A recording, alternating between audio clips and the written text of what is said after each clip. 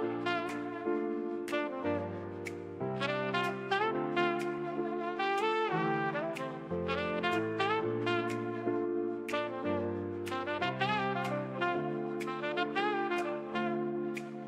listen up as I narrate the Vector's tale. A man from afar riding the temporal gale. Ronin by name and a Ronin by fate. In the tapestry of time he's got a date. He ain't just saving, he's exploring the rift. In the timelines he travels, he's given a lift. Seeking tech and secrets in a world that's gone astray. Ronin's the man who's gonna find a way. Ronin Vector, the chrono navigator. In the flow of time, he's the prime innovator. Exploring the realms where few dare to venture. He's the Ronin Vector, the timeline's avenger.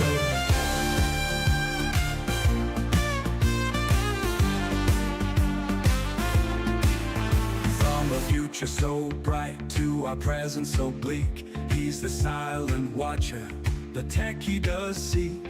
Not just a savior, but a seeker of lore. Ronin's the key to what we're looking for. Through the ruins and the relics, he's making his mark. A beacon of hope in the timeline so dark. With every secret he finds, every piece he retrieves. He's crafting a future nobody believes. Ronin Vector, with a vision so clear. In the shadows of time, he's got nothing to fear. An explorer at heart, with a will that won't sever. He's the Ronin Vector, forever and ever.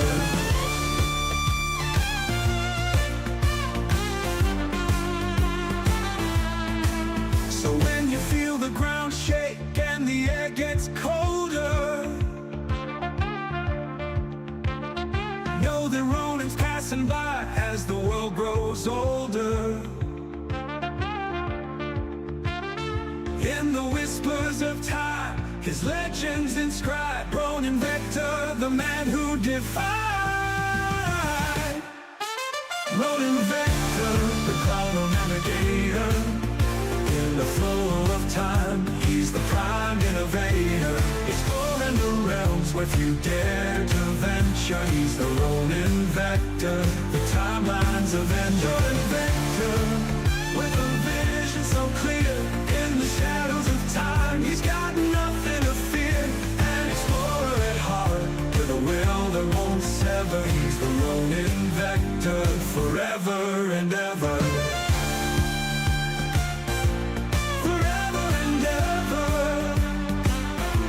So when you feel the ground shake and the air gets colder, know that Ronin's passing by as the world grows older. In the whispers of time, his legends inscribed. Ronin Vector, the man who defied. Hello and good morning, good afternoon, good evening, good whenever you are, wherever you are. I'm Ronin Vector. I think it's in the name.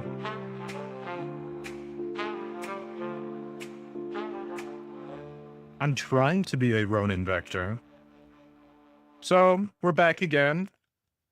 Once again, I am here to experience your timeline and bring it all back with me.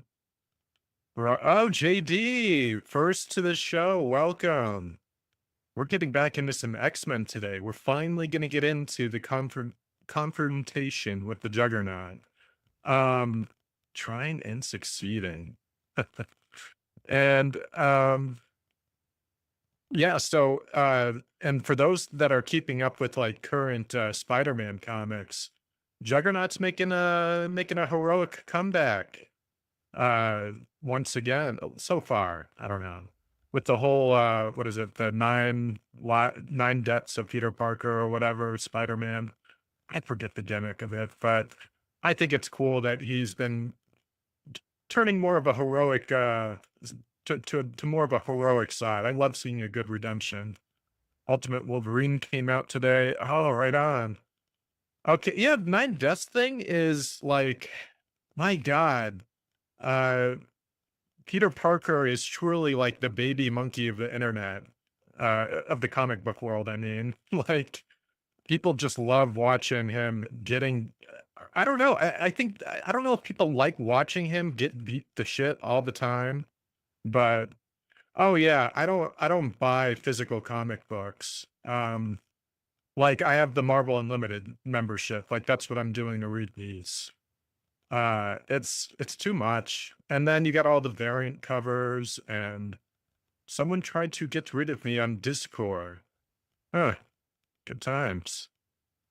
You got some internet beef, Bravo? Welcome, by the way.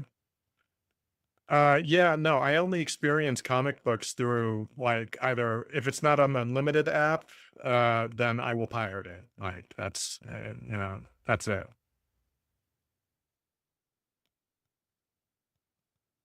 Hmm. Yeah, who do you think done it?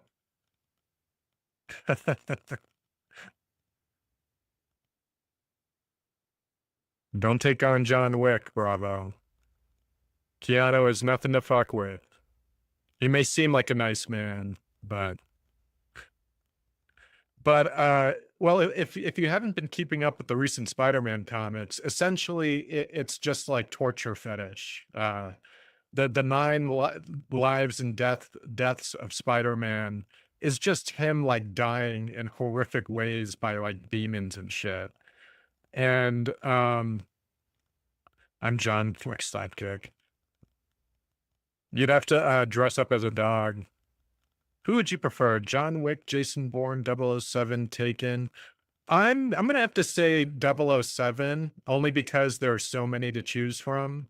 Like I can pretty much pick out from every James Bond actor like one of their movies at least that I like. So I'm gonna go with 007. He might have a lot of stinkers, but like, it's the law of averages. The more you try, the more likely you are to have a good movie.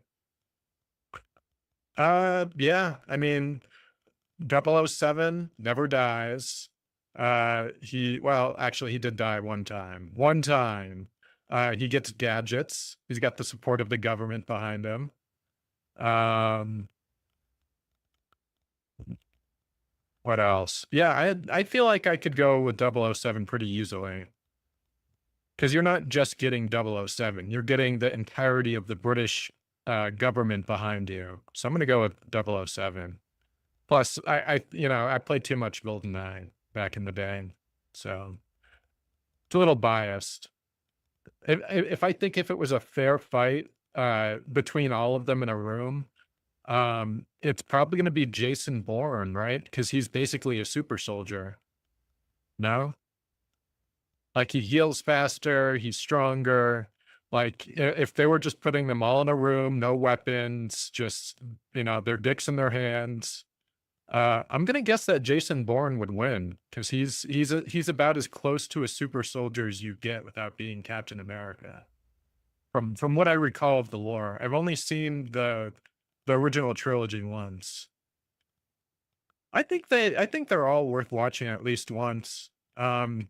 Even the one with Hawkeye was just okay. Didn't really feel like it needed to exist, but it's there. But anyways, like JD, you may know, Juggernaut's power. It all comes from the gem of Sidorak, right? Um, my Steam Messenger. Let's see. Is it blanking out on me now?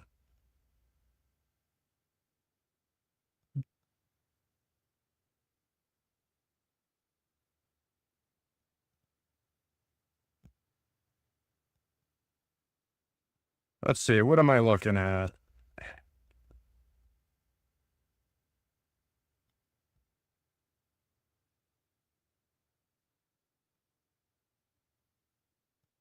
I've mistakenly reported your Discord. How do you mistakenly report somebody? Like, that's a multi-step process. You don't accidentally report somebody.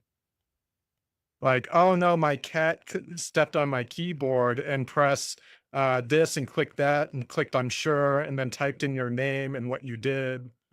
It's pretty crazy.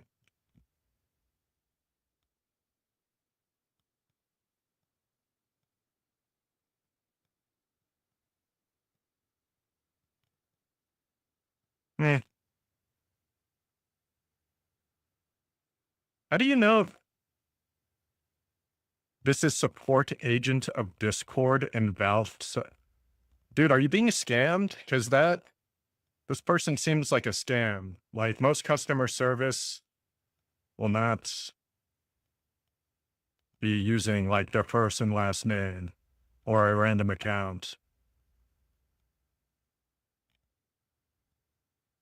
Or is this for, like, the Steam page or something? Yeah, I'd be careful with that one. Yeah, best report. Wow, good times.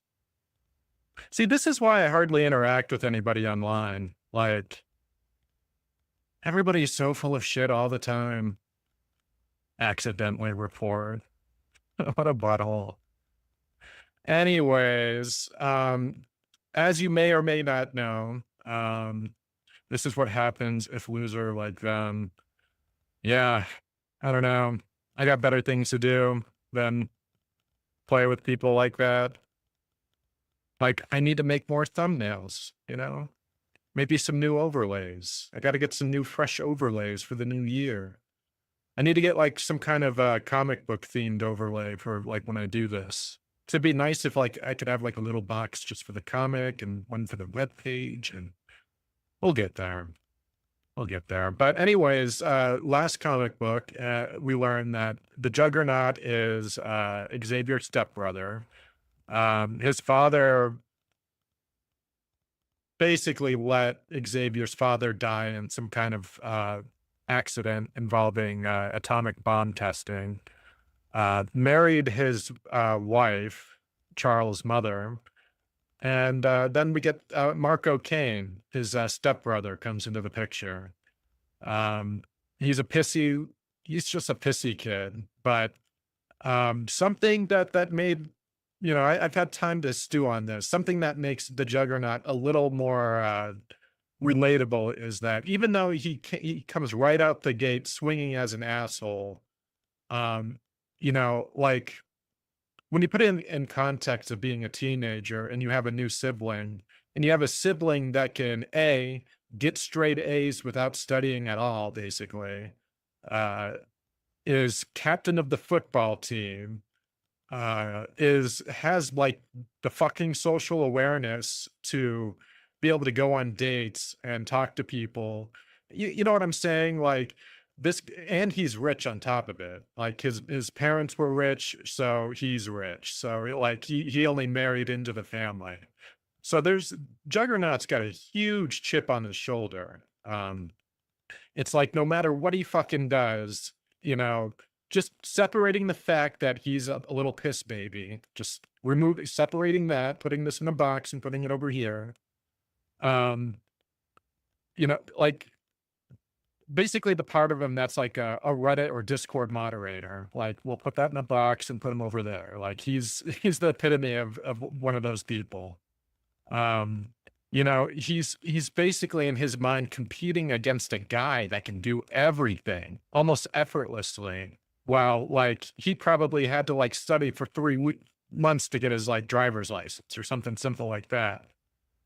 And by the time he realizes he has powers, uh, Kane is like, this is fucking bullshit. Like, not only are you rich and like people seem to like you, but now you can basically make me do whatever you want and you can read people's minds and like, so you just have it all. Cool. Really cool. Really fair stuff. So I could see like if I was a more like petty person that like did not care one bit for familiar bonds, I could see growing a chip on my shoulder. Like you're basically gonna always be like, oh, Kane Marco. Oh yeah. You're Xavier's brother, right? His stepbrother. Oh yeah. I think I've heard of it. You know what I mean? Like you're always gonna be that. Um, so this is all headcanon, a lot of it. My thoughts are when he got the Crimson Gem of Sidorak, it fed into like the worst parts of him. He becomes unstoppable and he makes a name for himself. And I think he not only does he enjoy the power and domination over others, but it's a chance for him to really stand apart from his brother. But I think that there's like always a part of him that just cannot move on from the thought that those old memories and feelings of Xavier, no matter how powerful he gets. So that's why it's so cool in more recent X-Men comics and during the Krakoa age, even though I'm not sure how he fits in the Krakoa, um, that he kind of, he's more of a support role now. He's there to help and he'll still kill you, but like he feels like he's part of the team now. And in the most recent Spider-Man comics, Spider-Man's got all these different demons going after him, all these extra dimensional entities. One of them is Sidorak, uh, the Juggernaut's patron. You did your own proof. There you go. And so these Sidorak sends like these champions to go fight Spider-Man. Because with Sidorak's challenge, he sends like his children to go fight Spider-Man. And if Spider-Man defeats them all, then Sidorak will just chill where he's at and not invade. That's, I think, more or less the story behind that particular arc. And as soon as like one of the Sidorak's champions starts acting shitty, Juggernaut out of nowhere gets this like little like I think he's like getting ready to gear up and leave with the X-Men. Like they like hard cut to him and he's like, nope, I gotta go. Bye. And in the very next comic book, like you're left wondering, is the Juggernaut going to come back in and start smashing Spider-Man as a champion of Sidorak, or what's going on there? And no, he comes in and it's like fucking wrestling. He's got the X-Men backing him up and he's taking down the champions because Spider-Man, I think, has already died like 3 or 4 times now in the comics, with his whole lives and deaths of Spider-Man. And every time he fucking dies, one of the times Spider-Man came back, he had to like regenerate from nothing, like from clumps of cells. And he felt every bit of it, like seeing his bone and sinew form and feel every nerve ending come back. So like Spider-Man right now, as it stands in the comics, like he is absolutely fucking done. Like he doesn't want to be Spider-Man. He doesn't care if people live or die. Like the stuff that he's being put through in his comic books right now, he's basically it's just torture porn. It's Spider-Man torture porn. Like even the bad guys that are torturing him are starting to feel bad for him. Um, so right now, the Juggernaut and the X-Men are stemming the tide. Like they're helping out Spider-Man until he gets back into the fight and gets his fucking head on. So it's I love seeing stuff like this, kind of like going back into the past, seeing Magneto at his like peak evilness, muhahaha, human slaves, and then like breaking that down as time goes and like seeing how somebody goes from muhahaha and then going backwards from that to like, oh, he was in the fucking death camp. Well, that checks out. So I love stuff like this. I love seeing the beginning of things. I like seeing evolutions, and more than anything, I love seeing a good redemption. So with all that said, let's uh let's get into this a bit here. We got the old greats here, Stan Lee as editor and writer. Got two pencilers, Jack Kirby and Jay Gavin. Inkered Joe Sinnott. Letter Sam Rosen. Looks like I'm gonna stay away from looking too much into spoilers. We're just gonna hop right into it. Let's take a look at this cover here. See, now this is a good cover. Like the one we got 2 comic books ago, where it's just an old man floating in the air in the street. Like, terrible cover. This, awesome. And we got Johnny Storm there for some reason. I don't know why he's there, but he's there. I guess this is going to be the first Fantastic Four cover, no? Because so far we've had a mention of the Daily Bugle, Spider-Man's newspaper. We've gotten Namor, and we've gotten the Avengers, which consisted of Captain America, Iron Man, Wasp, and Giant Man. And I feel like I'm forgetting somebody else. Thor. I think it was Thor. Maybe it was Thor. We'll say maybe. So yeah, this will be the first Fantastic Four crossover, I suppose. Although they are mentioned in the Namor crossover, which is kind of interesting that they decided to have a crossover with Namor before the Fantastic Four, which leads me to believe like maybe they were just trying to boost the sale of like Namor comics. Uh, oh, you know what? Let me get my shoes on. I got special standing shoes.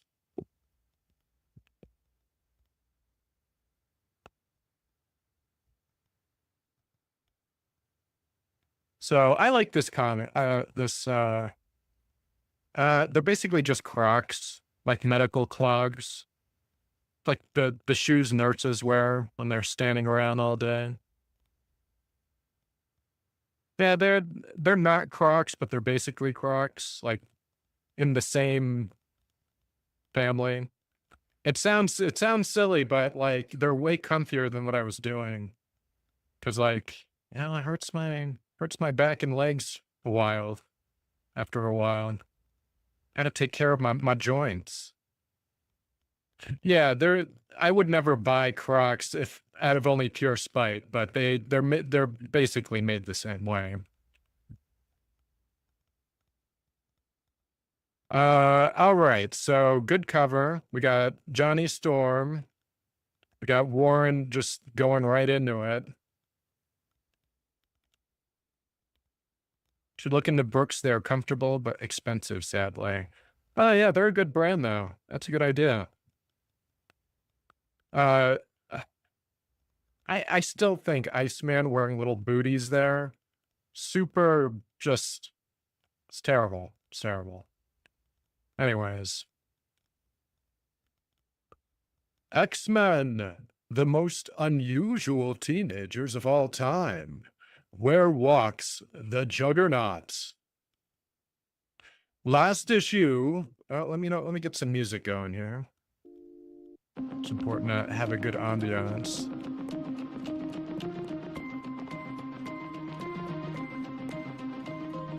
Last issue, we saw how Kane Marco, the sinister stepbrother of Professor X, stumbled onto the long-lost temple of Sidorak during the Korean War. Wow, I read that like shit. Let's try this again. And by the way, for anyone new watching, this is just as much of a reading and discussion, it's as much a discussion as it is a reading, and I'm gonna fuck up a lot. The voices are gonna be maybe inconsistent. We're just having fun here. Having fun, talking about comics, getting stoned. Last issue, we saw how Kane Marco, the sinister stepbrother of Professor X, stumbled onto the long-lost temple of Sidorak during the Korean War. And I believe this gets retconned later into some other war, like a fake war sometime like after the Korean War. So that gets changed as time goes on. Daring to touch the forbidden ruby, thereby transforming himself into a human juggernaut, and now obsessed with a burning desire to destroy his stepbrother, he has found Professor X at last. He smashed through our strongest defenses as though they were cardboard, and now this is the moment I've dreaded for years. Yeah, Juggernaut is definitely a grade A asshole, but if you try really hard, you can sort of empathize with him. Also, he had way more bands on his arm on the cover. Like they were more separated.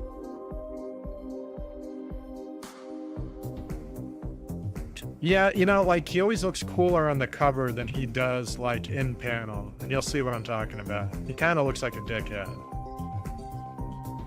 As the deadly juggernaut steadily approaches until he is almost upon the motionless professor, the other X-Men, dazed and shaken, slowly recover from the staggering impact of the relentless attack. Groot, was he for real? Don't anyone move. This is the professor's inning. No mere hallucination could have hit us like that, my frigid friend. Quickly, girl. Stay with the others. I will face the juggernaut. You can't, Professor, not alone. You have your orders, obey them. Woman. Oh wait, sorry, girl. It's hard to give him shit about calling her girl when she herself refers to herself as Marvel Girl. So I'm not gonna be too hard on him for that, but I have a feeling even if her name wasn't Marvel Girl, he would have said girl anyways. So I'm gonna take a half point away, only because I can't 100% be certain, but I'm pretty certain.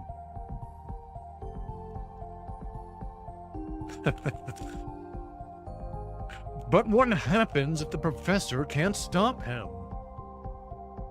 Those are the last orders you're ever going to give, my long-last lost stepbrother. See, this is what I'm talking about. In panel, he definitely looks better in the later days. Because he looks like a straight-up chud. Like, it's tough. It's tough because I know how cool he gets later. And Magneto's very much the same way when it like comes to his dialogue and stuff. He becomes less hammy as he goes, and his costume becomes less dickheadish, I think, as we go. But yeah, that is some silliness. It took me all of these years to free myself of the tons of stone I had been buried under in Korea. But the wait was worth it. Because I planned this triumphant moment all that time. See, the power of the juggernaut. My body is so charged with boundless energy that I exude waves of force even when standing still.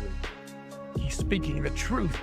The sheer aura of strength about him is enough to push my wheelchair back.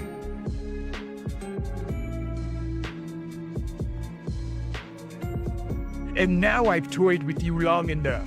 I cannot restrain myself another minute. You must be destroyed now and forever. You forgot one thing. I still have a weapon. The supreme weapon. You're bluffing, but it won't help you. What weapon can you possibly have to stop me? My mutant brain. After uttering those 3 words, Professor X lapses into dead silence, concentrating, focusing every iota of mental power he possesses, sending a beam of sheer mental energy at his own oncoming foe, a beam mighty enough to topple a mastodon. But after reeling from the initial jolt, the Juggernaut continues his dread advance. The crimson bands of Sidorak, which give me my power, also gave me my psionic helmet, capable of protecting me from any mental attack. He has gone too far, X-Men attack!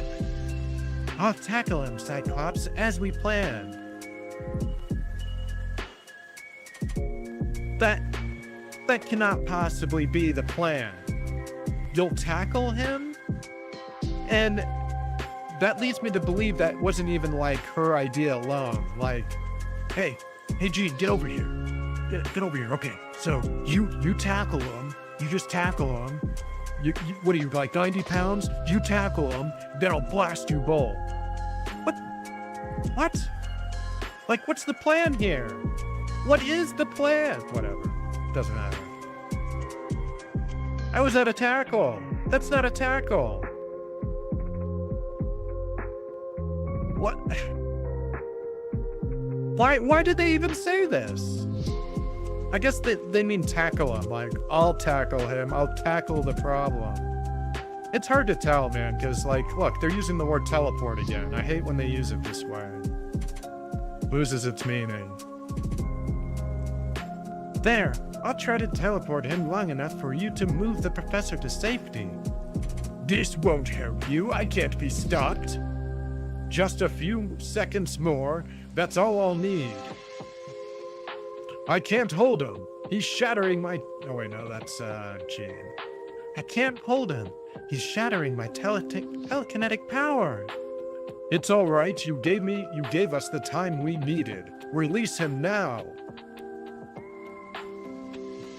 See, that's pretty smart. Excellent, my X-Men. That will give you a few minutes respite.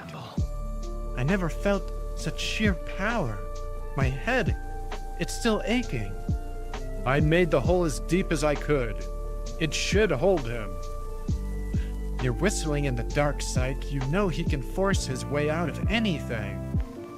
It's like a really angry penis.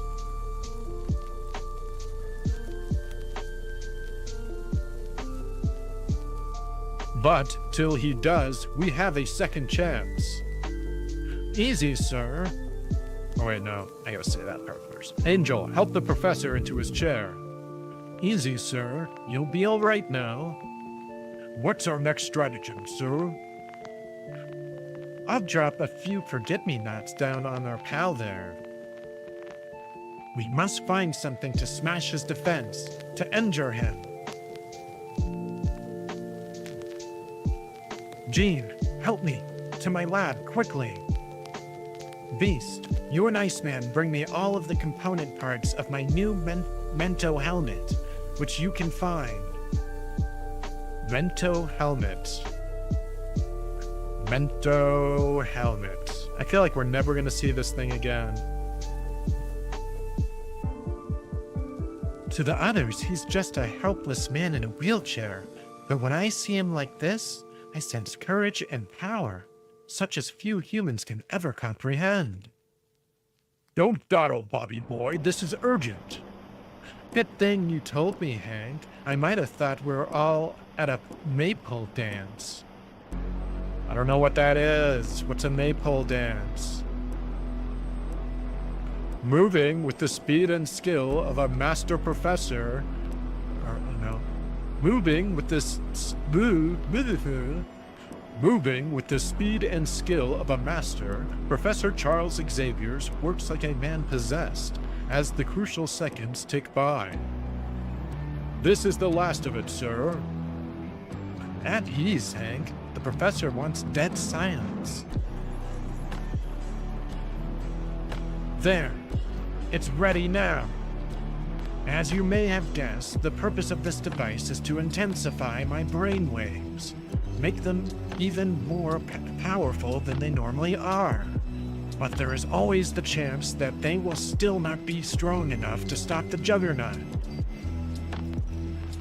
It's kind of like, I feel like this is almost like seeing like parts of the Cerebro machine that the one we've all come to know and love. Like, we're seeing parts of it being used. Like, this is the helmet he wears of Cerebro, the machine that he uses to text mutants. And then when he puts it together,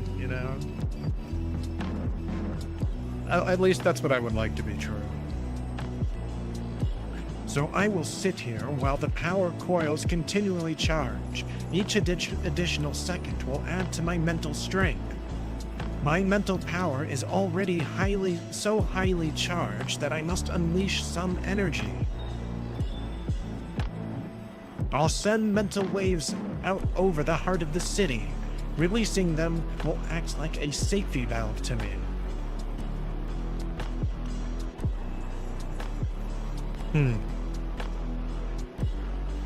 So,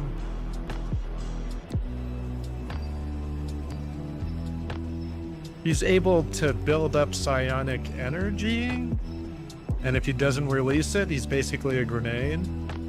That seems kind of like an interesting concept. You could argue, like, that's sort of what happens to him in the Logan movie. You know, when he's having his episodes. It's like he's unable to control his psionic energy and just, like, fucking explodes it all over the place. So it's interesting to think that he might do this every now and again. Like, he's just releasing, like, fucking tons of mental energy. I wonder if there's any consequence to that. Like, I wonder, to me, like, if it's the equivalent of, like, a factory putting out smoke. Like, if he just keeps blasting out mental energy everywhere, like, does that do anything? You know? Like, where his mental energy lands, like, is there going to be a psychic tree there now? I don't know. Just thoughts. Meantime, get back to that hole in the floor. It will not stop Juggernaut's attack much longer. And even as the professor speaks, haven't they realized yet that nothing can hold back the Juggernaut? This slight delay will only make my final moment of triumph all the more satisfying.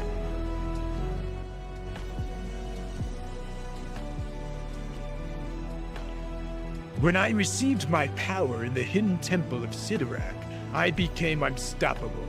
Everything must give way to the Juggernaut's attack, even a solid wall of earth. Woo. So now he's like playing Dig Dug or Minecraft. I'm gonna say Dig Dug. Thus, no pit can hold me, for I possess the power to hammer my own hands and footholds. I'm surprised, honestly, like, I'm surprised he's as sane as he is for being trapped underneath rubble in Korea for like a century. Because if it was me, I might forget how to speak English at some point. I might go so crazy. So, I'm sure it'll never be explored. It'll just be one of those things. Oh yeah, he was under rubble for 10 years. No big deal. That would drive people insane. Like, there's plenty of vampire stories that talk about, like, yeah, we had a vampire in the coven, you know, mouthing off, so we stuffed him in a coffin and put him in a wall for a century, you know? That's some fucked up shit to do to somebody. And I don't think Xavier believed for a second he was dead, so... Again, like, if you try really hard, you can empathize with Kane Marco. You try really, really hard.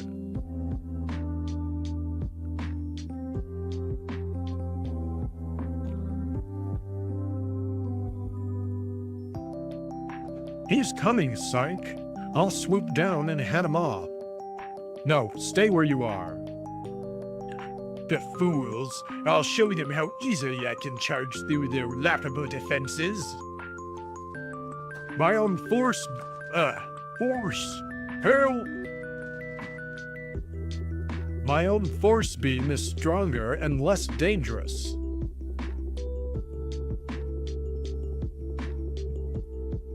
He'll get his answer in exactly 2... Oh, wait, no. Different panel. Is it working? Are you forcing him back? I can't tell. The glare from my optic ray is too blinding, but I don't feel any resistance.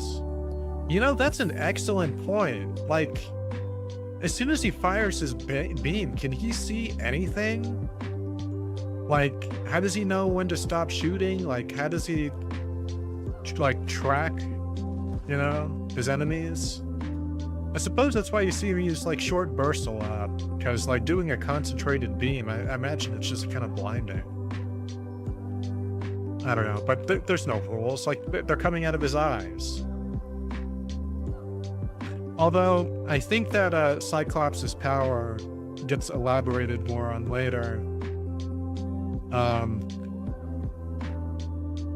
I think the deal with his power is that his concussive force is actually coming from, like, a parallel dimension or something. that is basically just filled with this energy.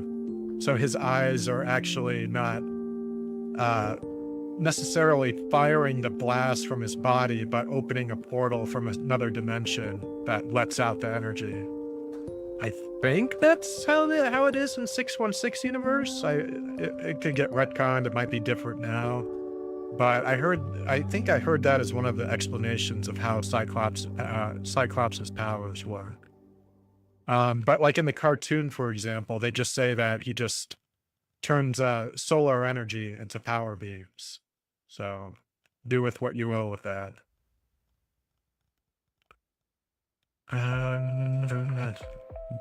What could have happened to him? He'll get his answer in exactly 2 seconds. He's right under us, Angel. Quick, take to the air. Psych! No puny teenagers can track the Juggernaut. Moon.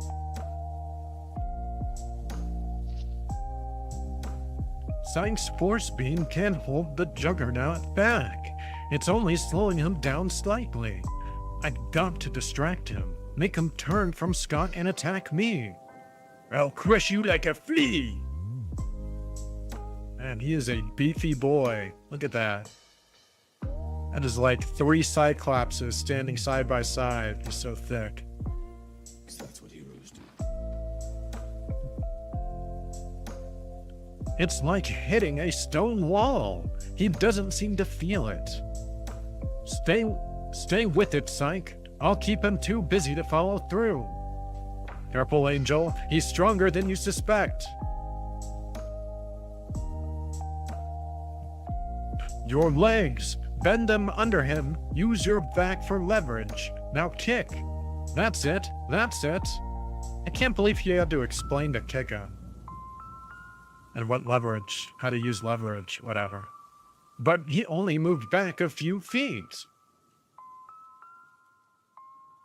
How does that work?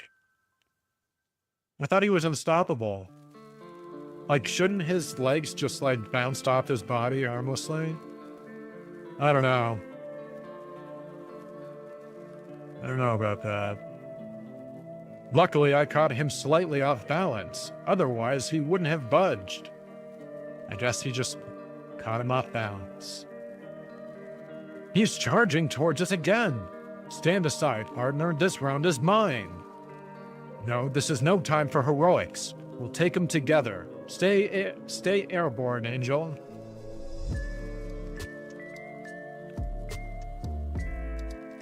Keep it up. You're merely exhausting yourselves. Haven't you realized yet that I cannot be beaten? Or that I cannot be hurt or beaten? Forgive us, Jug. We're just a couple of slow learners. Thud, bonk. Meanwhile, throughout the metropolitan area, strange message impulses are being mysteriously received. What's wrong, Phil? Radio acting up on you? No, Captain. Everything's a-okay. That's just it. Just what? I'm getting some sort of message loud and clear, but not through the radio. And in one of the many Teen Brigade headquarters throughout the East, the message is also received even by some youths who are not wearing earphones. I don't get it. How can we receive a radio call with our set turned off? There hasn't been a sound, and yet we're all hearing it. It's got nothing to do with the radio. We're receiving a super powerful thought transmission. How could you possibly know that? Even with no radio receiver nearby to magnify the mental impulse, one man with extra keen auditory powers hears the uncanny sound in the midst of a crowded courtroom. Professor Murdoch, I'm waiting for your cross-examination. That strange mental call. Something uncanny has taken place. If not for this trial, I'd change to Daredevil and trace it to its source. Sorry, Your Honor. I was just collecting my thoughts. So they just randomly felt like heading to Daredevil. Although I guess it's kind of, I guess it could be kind of interesting to note that, like, along with Daredevil's regular senses, maybe his psychic sense also increased, which would, like, explain a lot more things about his powers. If there was, like, a psychic angle to it. But if Daredevil is psychic, I have a feeling it's all based on instincts, not like at will kind of usage. Professor, let us rush you away from here while there's still time. No, Jean, I can't run from the Juggernaut. Even if I'm unable to stop him, think what will happen when he invades the city. Can't I go help the others now, sir? Very well. Delay him all you can. Each second gained increases my own power. Then, at that moment, the Juggernaut is free again. Cyclops and the Angel can't impede his advance. Jean, Bobby, why don't you whisk the Professor to some remote spot as a precautionary measure? Flight will solve nothing, my X-Men. Join the others, Beast. Jean, remain with me. But Professor, they may need me too. Your chance will come, girl. For the moment, I need you here. Okay, yeah, he is just calling her girl.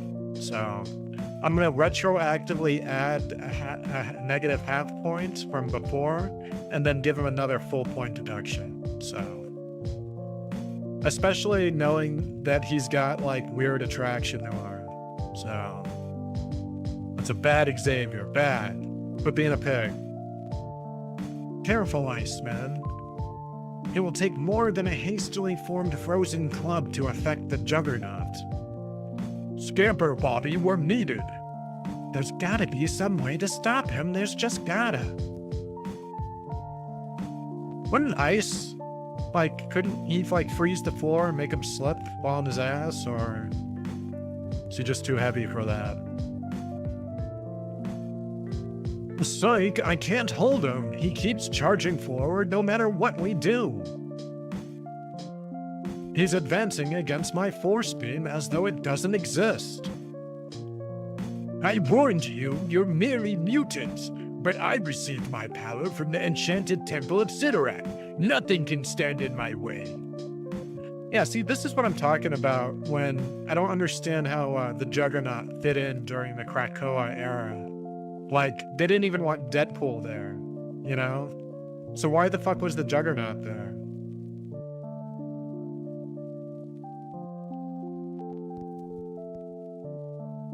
That's some hypocritical bullshit. The more I think about it. Like, it's better that he was there because he became a better person, but, like, you could have said that about a lot of villains that aren't mutants. Like, you could have said that about Sabretooth's son, right? Why didn't he get to go on the island? Everywhere Spider-Man goes, chaos and calamity. Let's see. Okay, we were out loud. Least of all, a useless, wing-flapping wonder boy like you. I didn't realize she could move so fast. He snared the Angel. Then, before Cyclops can redirect his powerful optic beam, the dreaded Juggernaut shoves his startled victim directly in its path. Think. There, this will rid me of one petty annoyance. I just had time to weaken my beam's intensity. Luckily, Warren is merely stunned. And now I'll let the rest of you costume weaklings keep him company. We've been threatened before, mister, and we're still here. While our threateners aren't. There's gotta be some way to beat you, and we'll find it or die trying. That's very obliging of you, Cyclops. That's exactly the fate I had in mind for you. Just stand where you are a minute longer. He will, big man, but you won't. There, that's what I'm talking about. The stairs beneath my feet, they turn to ice. I'm losing my footing. Good work, Iceman. You're just in time. Now, why does he get to be Iceman? Why isn't it Ice Boy? You know? I don't understand. We got Marvel Girl. Shouldn't it be Ice Boy? I don't understand. Someone explain it to me. And even as the battle rages, teenager Johnny Storm climbs into a friend's racing car in a local garage many miles away.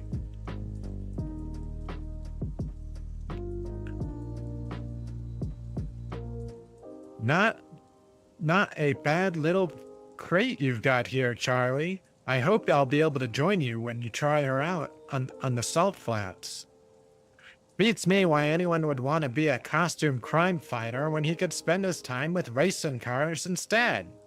Oh yeah, why would I want, fucking powers where I can fly through the sky when I can ride in a goddamn car that could explode, I don't... Got weird friends, dude. Nice to have friends that are passionate about stuff, though. You'll probably be cutting around town after some nutty supervillain, Johnny. You know something, fellas? I've often wondered the same thing myself. Maybe I'm a mental case, and don't know it. Uh-oh. There may be more truth to that than I thought. Now I'm beginning to hear things inside my head. No, I'm not hearing things. It's a mental thought wave, and it's so strong I can almost touch it. Hey, Johnny, what's shaking? You look like you sat on attack. Clam up, you guys. Something's going on. I knew it. Any minute now, he'll yell flame on and go flying out of here. It's from the leader of the X-Men. Now that he's made contact, he's beaming a message right to me. They're in trouble. Big trouble. Hey, Johnny, if you're going to daydream, do it at Dory's house, huh? I want to finish working on my chariot. How does he know who the leader of the X-Men are? His identity is supposed to be a secret. Johnny's identity isn't a secret. Everybody knows who the Fantastic Four is. I guess they have some kind of prearranged deal. I don't know. But how can I be sure? Reed warned me that any of our old enemies are apt to set all kinds of traps for us to prevent his wedding from taking place. For all I know, Dr. Doom could be planting this thought in my brain. Or the Wizard. Anyway, I hesitated too long. The contact is fading away. I've lost it. Don't take our word for it. See the great Fantastic Four Annual Number 4 on sale now. Stan. Huh. Maybe the X-Men had some kind of crossover that we missed? I'm curious now. Because they should know each other, based on the things we've read. Thank you, Unborn Chief. I'll be sure to do that. Super real, all the time. Professor, what's wrong? What is it? I accidentally reached the Human Torch. Then I thought of a way he could help us, but he didn't trust his senses. And I dare not waste too much mental energy by prolonging the contact in order to convince him. But what can the torch do that the rest of us can't? Our power's as great as his. True, Gene, but his is of a different type of power, and combined with our own, it might just turn the tide. I must contact him again, even if it weakens me. So now he's dragging other people into his family problems. Like, this isn't even a save the world event. This is my pissed off stepbrother came to visit event. Kinda, I don't know, Charles. It seems like a you problem. Meanwhile, on the stairway, just outside the door. No matter how thick you make that ice pack, I'll break out of it. You're not battling some ordinary criminal now. Look, he's cracking the ice. Boy, he sure comes on strong.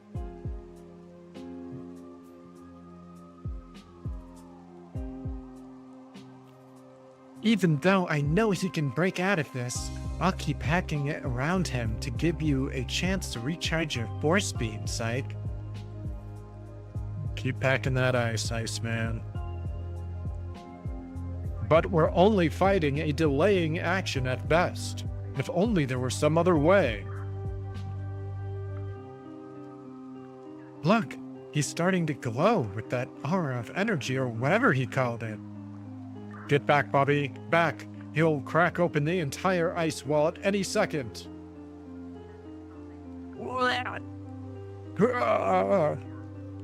Too late. Those rock-hard chunks of flying ice struck him before he could dodge. And now the Juggernaut is free again. Now I'll see to it that you never interfere with me again. Still too soon to use my power beam. But if only the beast. He's just in time. Stay with it, Bobby. I'll impede his progress somehow. It's fortunate I decided to hold myself in reserve in case your own combat machinations were unsuccessful. Boom. And now that I've achieved sufficient impetus, I'll try to keep you from being too bored. After all, you are our guest in a manner of speaking, and deserve a little attention. Whomp.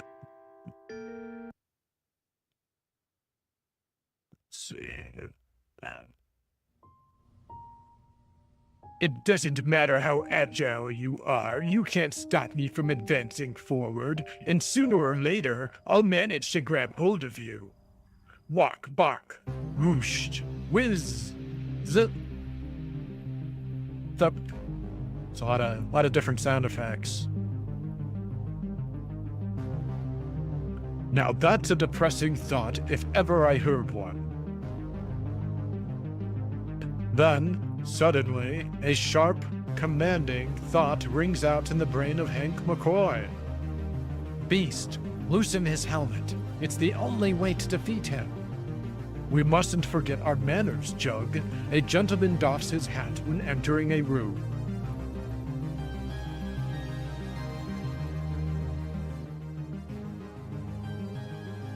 You fool! Did you expect me to remove my helmet before I could grab you?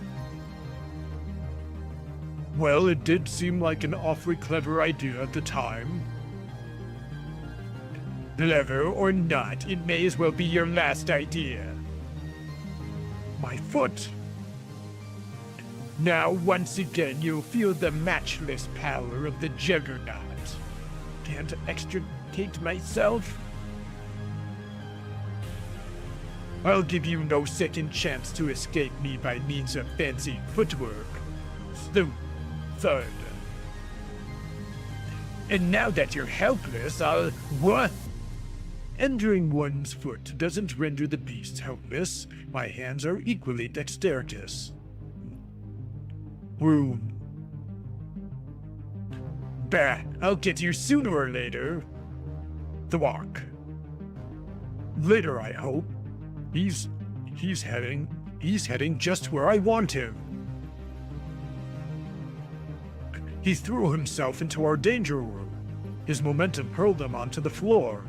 If I can just reach the control panel before he regains his feet. My leg is severely sprained and my entire body bruised and aching, but it's imperative that I make it. So there you are. Now there's no way for you to escape from me. This is your finish. I've got to stretch just a little further. There. I opened the master control panel. The pain is excruciating, but I daren't stop now. You're wasting your time. Nothing can stop me from reaching you. That my arrogant antagonist remains to be seen. I did it! I activated the entire obstacle training complex. It should serve to delay him until the others can pitch in. Jets and chemical flames shooting at me. This is the best you can do.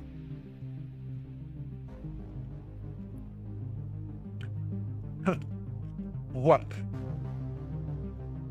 As if an answer to the Juggernaut's sneering question, the danger room suddenly seems to come alive with a new menace as the beast steadily manipulates the control panel. Through each movement is agony to his injured body. Perhaps this is more to your liking. We try to give our guests their money's worth. But the supernatural power of the Juggernaut is almost incalculable. Despite all of the dangers, he forges ahead, smashing each and every bit of apparatus in turn. Have you forgotten? I am the Juggernaut. Still unwilling to surrender, the desperate beast unleashes the most powerful danger in their arsenal, a swiftly rolling 10-ton barrel of steel. Really? That's their most dangerous thing? Just a big rolling... I mean, it's dangerous to you and me, but... Thus, the irresistible force meets the immovable object, an object from whose body flows a current of such potent energy that the mighty steel roller is stopped cold before it can strike him. I was just thinking, by the way, it was the Sinister arc during the Krakoa age. Forget what they call it. But using a Juggernaut in that comic as a fucking bullet to shoot him at like Galactus and other things, fucking genius. Using the Juggernaut as a bullet makes so much goddamn sense. I love it. Yeah, they just shot him out into space and like headshotted like Galactus and somebody else. I forget who. Fucking awesome. Not only did he stop it, but he's managed to roll it back towards me. This could well be the end of a promising career for my favorite X-Man. It's too late to locate the button to stop that thing. What kind of button would stop it? It's a loose rolling thing of steel. What button do you have for that? I've only one chance. I mustn't think of the pain. I've got to use my legs. Oh, because of my leg, I couldn't leap high enough. Ooh, that looks like it hurts. It's like his fucking brain matter isn't on the ground. He's unconscious. He can't trouble me anymore. I'll continue on till I trap Xavier. Then I'll come back and finish the beast. And all of them. Typical villain shit. You should have just stomped his head right now. He was right there. Would have taken 10 seconds at the most. He's probably got a thick skull. Meanwhile, a thoughtful Johnny Storm drives down Madison Avenue trying to arrive at a momentous decision. I'm receiving that mental contact again. It seems genuine enough, but do I dare trust it? What the heck? If I was the cautious type, I wouldn't be a member of the Fantastic Four in the first place. What am I scared of? So he's a teenager, which means they put him on a space flight, an experimental space flight, as a teenager? How is he not in like a group home? Good, I have dispelled the cloud of suspicion from his brain. Now I must lead him to us as quickly as possible. I shall direct you to where you are needed. You must relax. Try to think of nothing. Let my mind guide yours. Okay, mister, it's your show. Your car is too slow. Park it and become the Human Torch. Then follow my thought beam. Flame on! When you arrive, you will follow my commands implicitly. There is more at stake than you can imagine. So even when he's by himself, like when no one's watching, he says flame on? I kind of get it. Like, I might say Kamehameha every time, even if I don't need to. I kind of get it. Then, back at the world's most unusual private school. Did you contact him, Professor? Yes, Jean. And now it's time for me to enter the picture. My brain has been fortified to the maximum degree. If I am ever to defeat the Juggernaut, it must be now. Be on guard, my dear. We're almost upon him. What has Angel recovered from his encounter with my stepbrother yet? His mutant talents are very important to my plan. Sir, I don't know, sir. I haven't seen him for that past few minutes. There's Juggernaut now. So, Xavier, despite everything you could do to stop me, despite all of your puny X-Men, I have cornered you at last. Perhaps it is I who have cornered you, Kane. Never use that name again. I am the Juggernaut. Kane Marco no longer exists. Yeah, see, this feeds in what I was saying earlier. Like, as long as Xavier exists, that loser Kane Marco is always going to be that desperate, petty little boy. Just dying for daddy's attention. And neither shall you after I... what are you doing? Suspending you in the air, telekinetically. Easy, Marvel Girl. He's too strong. Don't strain yourself. The professor's right. He's advancing against me, pushing my power aside as though it's a physical thing. But then, at that tension-packed instant... You are just in time, Torch. Your adversary is over there. You must somehow ensnare him. I hear you talking, pal. Just sit tight and watch my smoke. Whoever he is, my flames don't affect him. There's some strange sort of energy field around him which they can't penetrate. I might have known the X-Men wouldn't need anyone unless they were up against something special. Yes, we are. We're in the confrontation with the Juggernaut. Guest starring the Human Torch, a Fantastic Four thing. Keep encircling him, Torch. Even though it seems in vain, your mission is to confuse him, to keep him occupied while my X-Men deliver the final blow. A fine thing I'm doing. A fine thing. I'm doing the job of 10-cent pinwheel. Of a 10-cent pinwheel. Okay. Yeah, I love the Juggernaut, but like his early design, he looks like a dickhead. He looks like a walking red rocket. Although he sits quietly, hardly moving a muscle, the many-faceted brain of Charles Xavier is performing many functions at once, and one of those functions is summoning Warren Worthington III, the mutant angel. Angel, wherever you are, come to me. This is Professor X. Come to me. We need you. And a short distance down the hall, lying amongst the debris where he had fallen, the tall, slim-winged X-Man is prodded by the powerful thought command. We need you, Angel. You must answer my summons. We need you. The Professor, calling, can't let him down. Still weak, wobbly in my knees. Won't use my wings yet. Have to save my strength to fight the Juggernaut. Flames up ahead. It looks like it is the Human Torch. My fireballs aren't stopping him, Professor. What else do you suggest? You may discontinue them now. The final phase of my plan is about to begin. Brace yourself, Angel. Wait for my next mental command.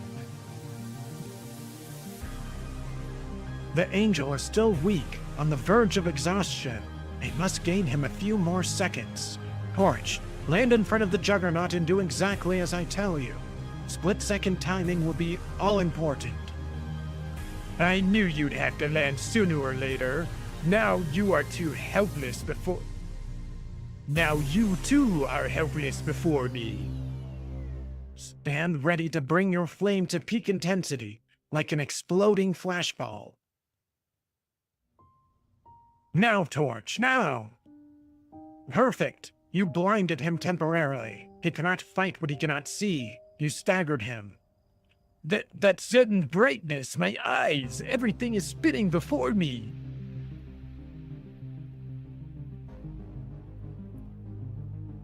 It's up to you now, Angel. Take to the air. I won't fail you, Professor. I know you won't. My next commands will be telepathic to confound the Juggernaut. You're too low, Angel. Fly higher. Though he cannot see you, he can hear the beating of your wings. That's better. Stay out of reach of his groping arms. Boy, that guy sure could teach me things about flying. You serve no purpose but to increase my rage. You cannot harm the Juggernaut. He kind of makes sense to me, Professor. What are you trying to accomplish by having Angel fly around him? Just watch. It will soon become clear to you. Now, Angel, this is the instant. Dive, dive! This will be your only chance. Everything depends upon it. You did it! He's vulnerable. Now! My helmet!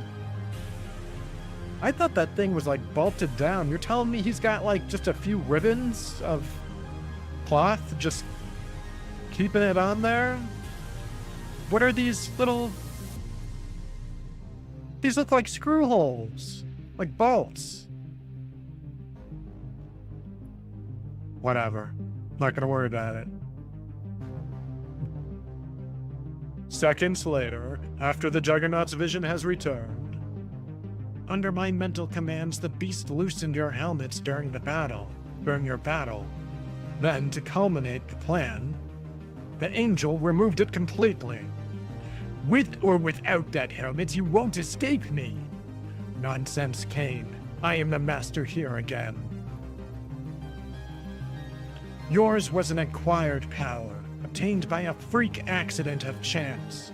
But my brain is part of me. My power is my own. And this is but the smallest part of it. No! You can't beat me! You can't! You were always the winner, even when we were young! I hated you, I swore I'd vanquish you someday!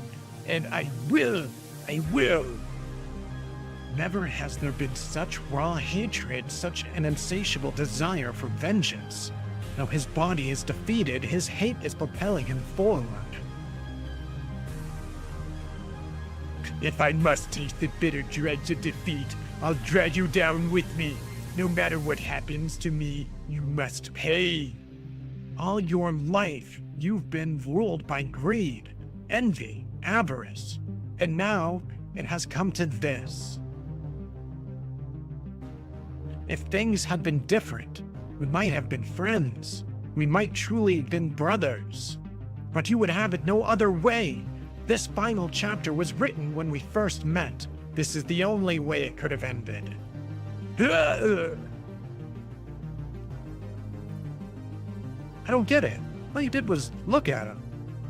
It's best if you think so, my young friend. He will recover. Oh wait, no, that's...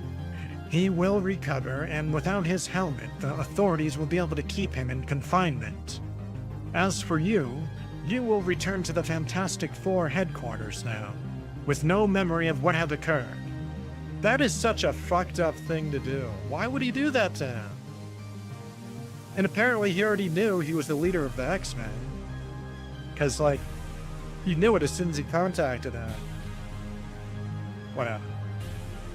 That's a dick move. That is a dick move.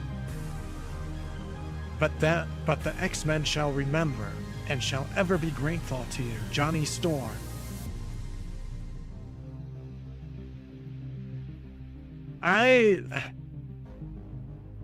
Why would he do that? I hope they explain, because that is a big dick move. You don't fuck with people's memories like that. Thus, seconds later, a famous flaming figure blazes across Westchester towards the heat of Manhattan. Boy, talk about daydreaming. I can't remember how I flew this far from home. Must be really getting absent-minded in my old age. While the following day, things are somewhat more placed among the world's most unusual teenagers. Wow, of course, Gina's the nurse. We've never all been injured at the same time before. Who cares? With a nurse like Jean, it's a pleasure. My mother used to kiss me to expedite my recovery. I do not happen to be your mother, Mr. McCoy. That's for sure. Rest up, my X-Men, so that you will recover quickly from your injuries. You have fought well, and I have something for you after you are up and about.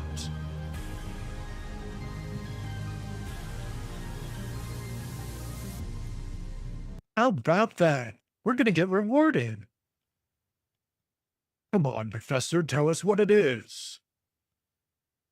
It's a broom for each of you. The school is in shambles after your fight, and somebody has to tidy it up. Next issue, one of the strangest menaces of all confronts the X-Men. It'll be a bullpen bombshell, and you don't even have to be a mutant to enjoy it. Enough said. Dude, Xavier is like, the more I'm learning about this dude, the less I like him. The guy is a dickhead. Like, I can't. I can't with this guy.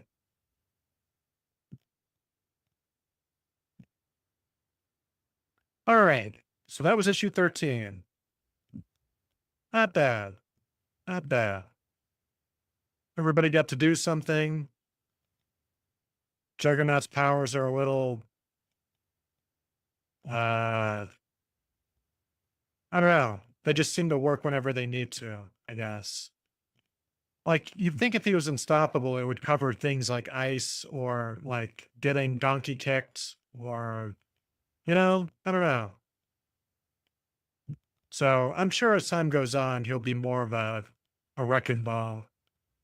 But I'd say it's not bad for a first appearance. And like I said, this wasn't the design they used for in comic books. I like the more ring design here.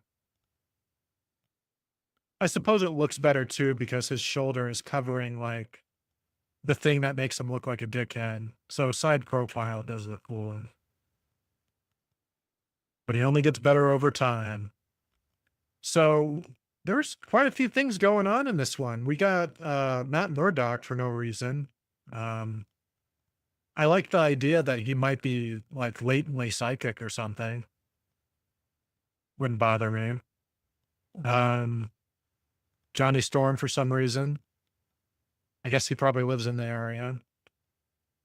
I'm going to assume that Johnny Storm doesn't know who Xavier is and was just kind of immediately given the information as he contacted him. Because what would be the point of wiping his memory if he already knew who he was, right? So it's a little strangeness there. And it's not like at this point in time, the Fantastic Four can't be trusted, but I don't know. I guess someone else could read his mind and fuck them over somehow. I don't know. It seemed a little much. All right. What do we got for trivia? Warner Rod helped pencil this issue under the pseudonym J. Gavin. Oh, hey. This issue is the first X-Men issue where Marvel used the Marvel logo on the front cover stating Marvel Pop Art Productions. Oh, yeah. 12 cents. Can you fucking believe that? Like, it was only like 1 or 2 generations ago. What the fuck happened to this country? 12 cents. Like, I feel like you could easily spend like $50 just getting like not only the issue, but like getting all the variant covers and whatever bullshit. The Human Torch makes his first appearance in the pages of the series. Daredevil has a one-panel cameo. Doesn't show up until, wow, 351, and then, whoa, that's the fucking thing to do. So they tease a Daredevil crossover, and they don't follow through with it until like over 300 issues later. That's seems like an oversight. Seems like they wanted to do it earlier, and then like they kind of just forgot about it. That's my guess. There's a typo when Johnny first distrusted Professor X's call because of this Reed Sue wedding. Stan said the wedding was in Fantastic Four Annual 4, but it was really in 3.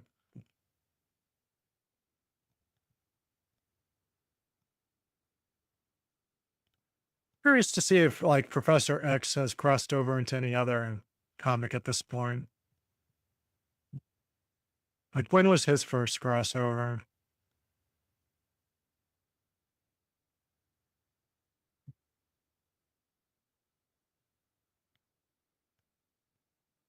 Tales of Suspense.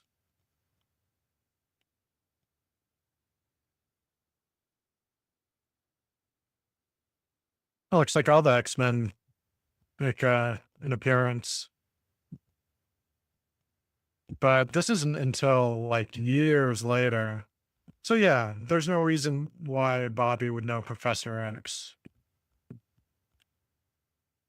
He was just given the information and then he took it away by the end. Still a dick move, I feel. All right, so it looks like we got the same crew. Actually, we got a different inker this time, Vince Coletta. But we got writer and editor Stan Lee, penciler Jack Kirby, and Jay Gavin under a pseudonym, and letterer Artie Sinek. And it looks like this is the introduction of the Sentinels. I'm kind of I'm always surprised, like I guess how soon things were introduced. Like a lot of these things truly were staple of X-Men from the beginning. Like we're only in issue 14 and we're seeing Sentinels pop out. So it's pretty cool. I like the rich and deep history of it. Yeah, let's get a good look at this cover here. And I'm gonna smoke a bowl. That's also, if you're new to this channel, our contractual deal is that I read a comic and then I smoke a bowl or two. That's the thing we got going on. Let's put on some Halo music. I love the Covenant theme.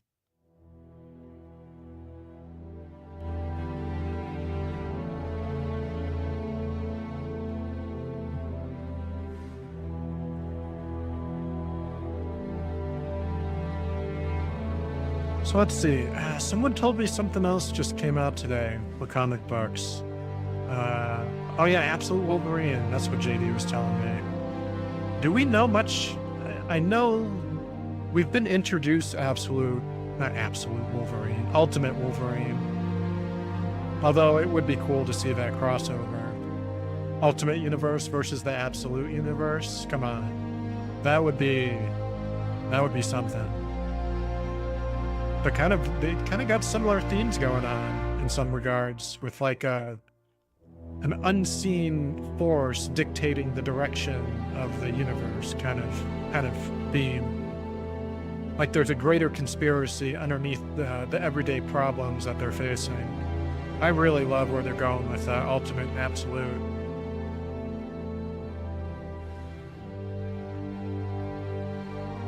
I think if I remember correctly, Absolute Wolverine's origin, I keep saying it. Oh, right on. Thank you, man.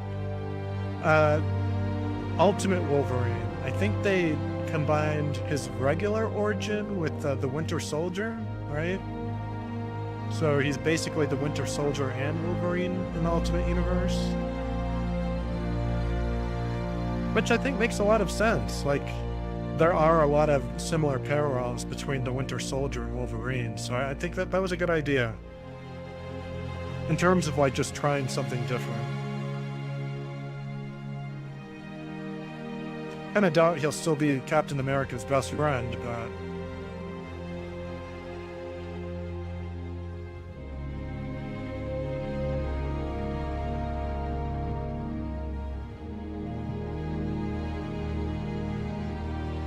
yeah, so pretty far cry from the Sentinels we know today.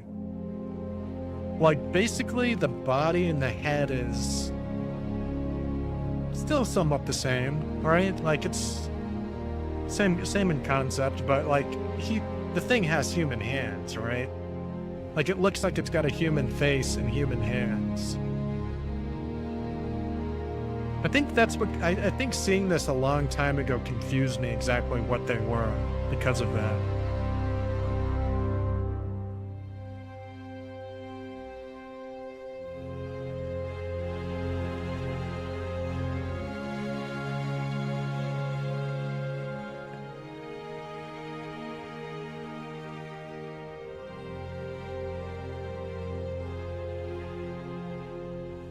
Of course, by the time you get to Nimrod, it really blurs the line between robot and artificial life form.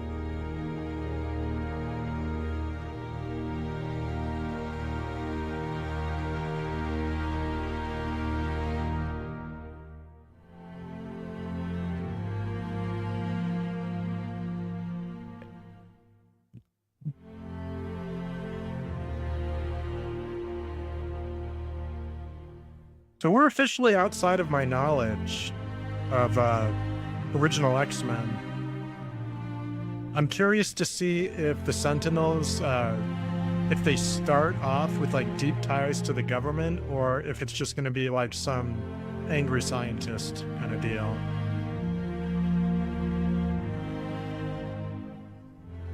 Right on. The ever watchful Bravo.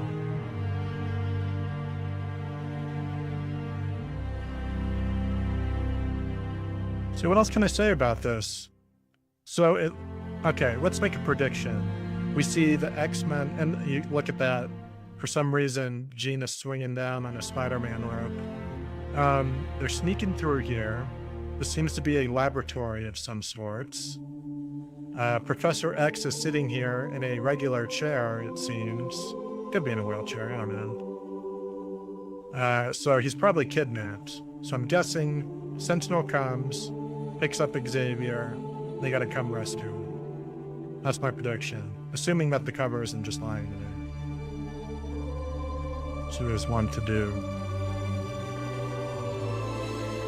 Alright, let's get some new music going.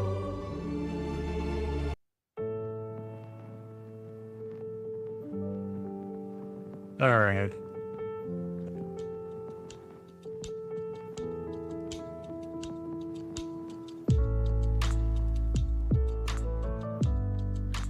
X-Men, the most unusual teenagers of all time.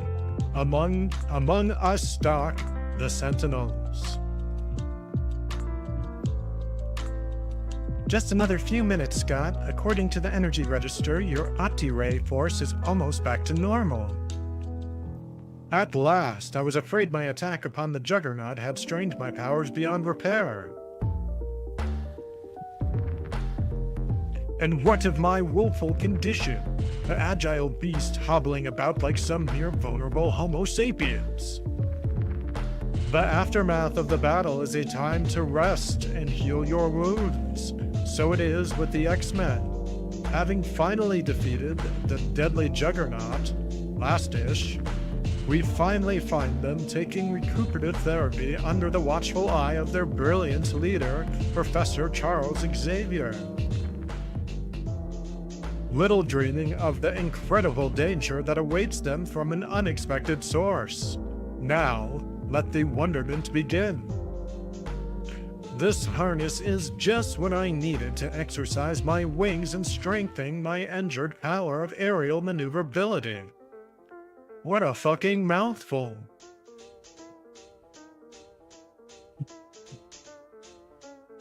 Careful, Hank. Remember our cardinal rule. We never consider normal humans as our inferiors. I stand corrected, sir. Forgive my impetuosity. Sure. Boy, I could sit in this ice intensifier forever. I'm beginning to feel like my old frosty self again. So, if Bobby gets hurt, you just have to freeze him for him to get better? Like, doesn't he... It's really... I'd like to know, like, on a deeper level, like, when he goes full Iceman, like, does he have organs anymore? Like, because I feel like we've seen him... I don't know. Just want to know how it works.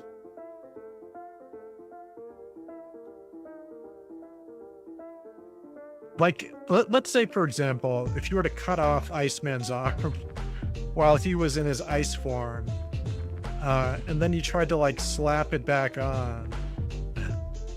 Thank you, Bravo. LOL, being a super mod is cool.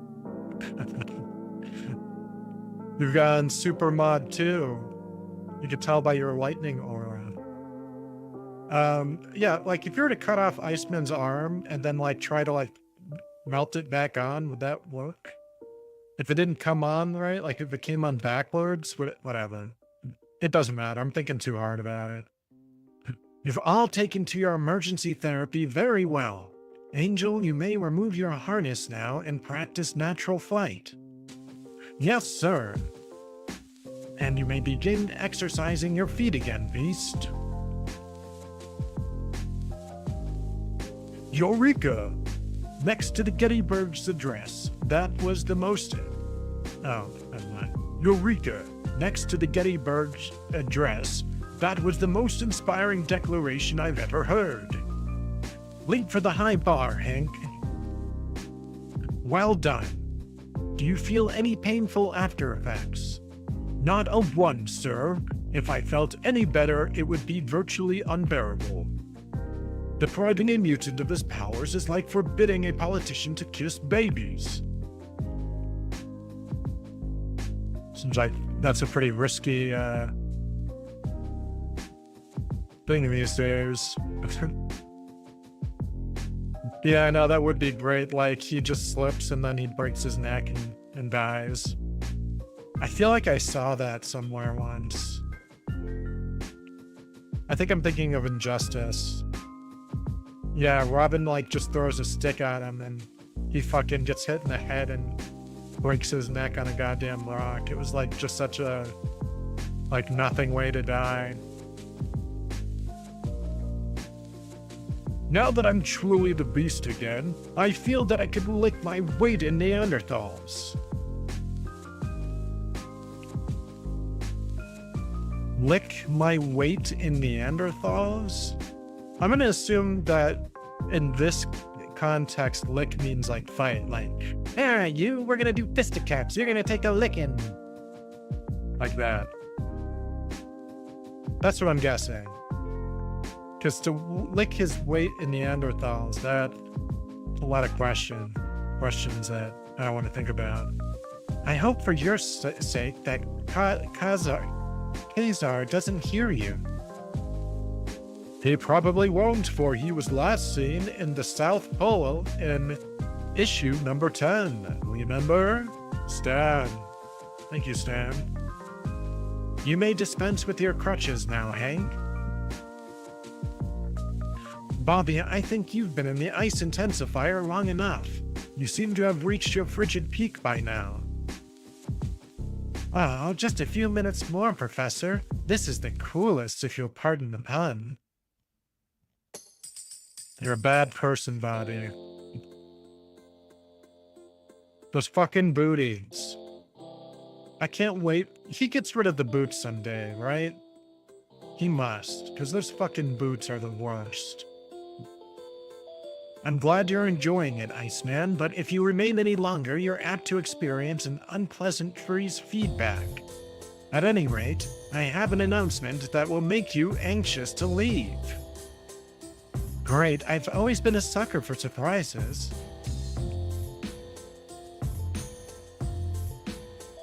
This is a surprise for all of you because of your excellent record of achievement against the foes you've encountered. It is time you've all had a vacation. Oh, how wonderful! It'll be our first one in years. Say it again. Well, it's like a symphony. Wow, Professor, you just said the magic word. It'll be good for all of us, sir. We have been on the go for months.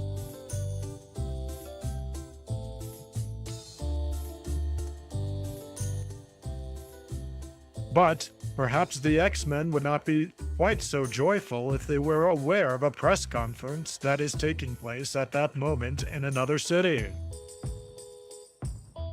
Dr. Trask, do you realize what you're saying? As one of our greatest anthropologists, your declaration will shock the world. The world must be shocked. The danger was never greater. We've been so busy worrying about Cold Wars, Hot Wars, atom bombs, and the like that we've overlooked the greatest menace of all. Mutants walk among us, hidden, unknowing, waiting for their moment to strike. They are mankind's most deadly enemy, for only they have the actual power to conquer the human race. Even as we speak, they're out there scheming, plotting, planning, thinking. We don't suspect, but there is still time to smash them if we strike now. Wow, wait till this hits the front pages. Within minutes, the nation's presses go into action. Daily Globe, Mutant Menace. Meanwhile, at Professor Xavier's School for Gifted Youngsters. So I guess this would be like the equivalent if like every major news organization went on TV and Twitter and said, do you guys know about fucking mutants? So they're basically trying to freak out the world all at once, is what I'm guessing. A conceited effort to demonize a minority of people. Where have I heard that before? Where have I heard that? Make them tighter, Bobby. The soft gauze construction prevents the bands from chafing. How do you stand it, Warren? Must feel like wearing a girdle.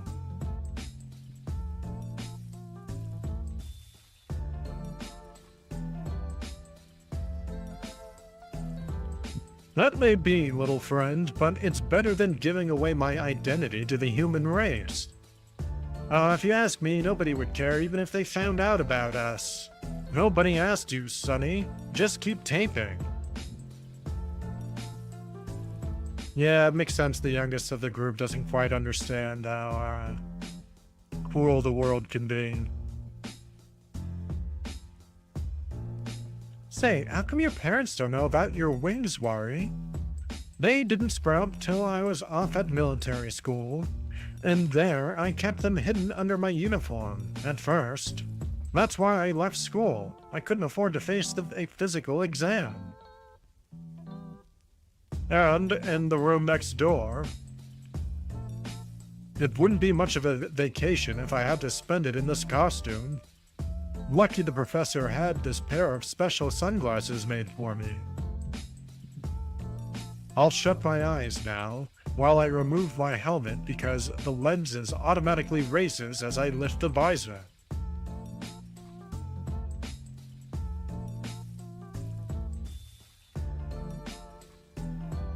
Oh.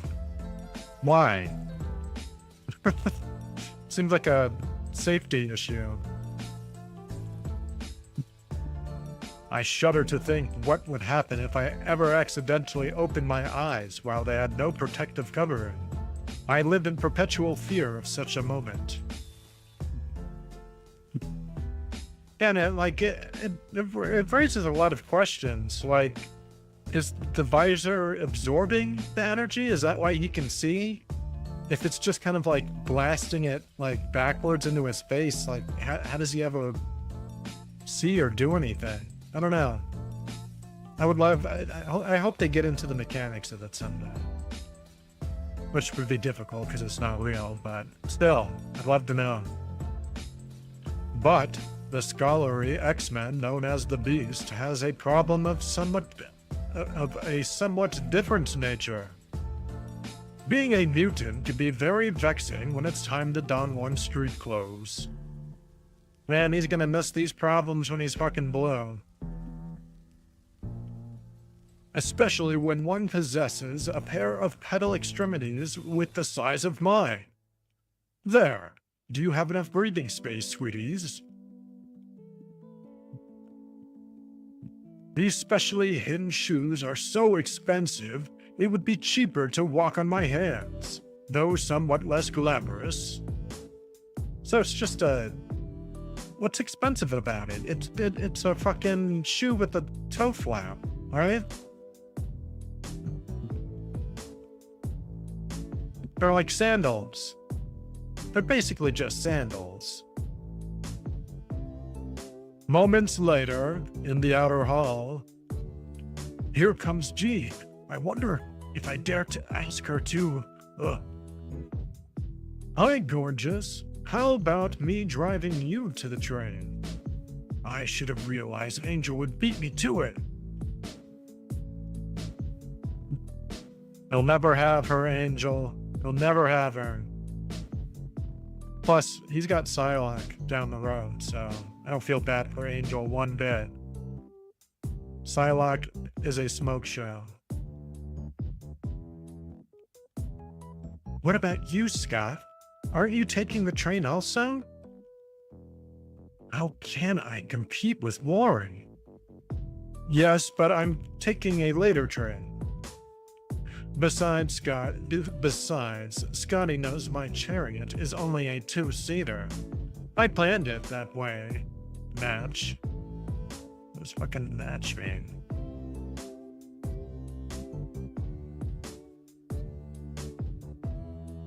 I like creating rapey situations. I want to wish you all a pleasant holiday. You've certainly earned it. Thank you, sir, but what about you? Aren't you going home? You have our addresses if you should need us, Professor.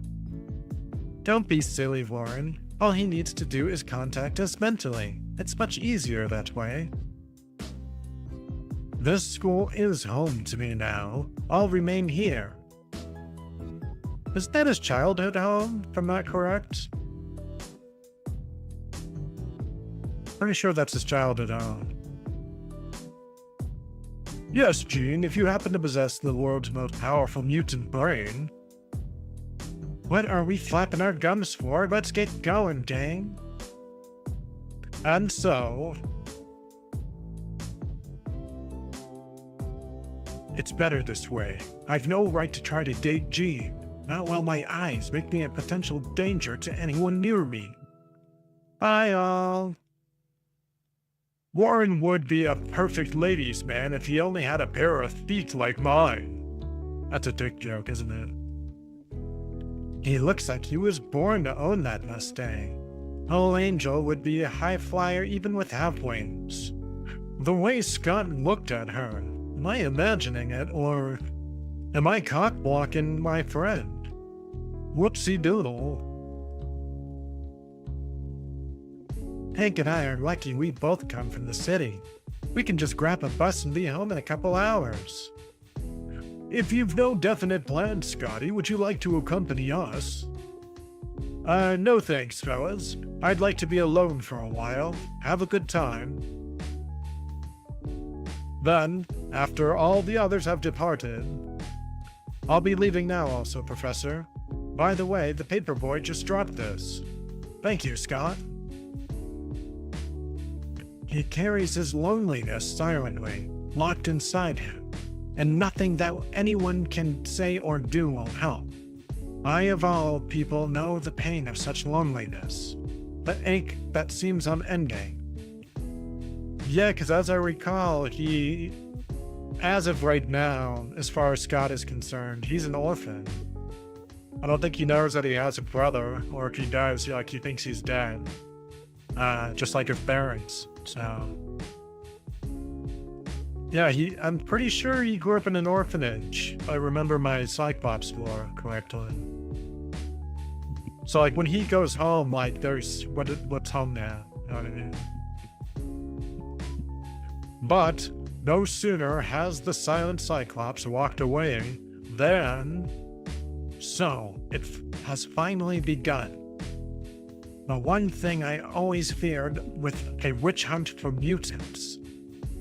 Mutant menace. Eminent anthropologist says mankind faces greatest danger from hidden mutant who wait something something. Moment. Dr. Bolivar Trask noted blah blah blah. The feature writers must have loved this, considering the way they played it up. What am I looking at there? Artist's interpretation of fate of mankind if mutants aren't driven out, as predicted by Dr. Bolivar Trask.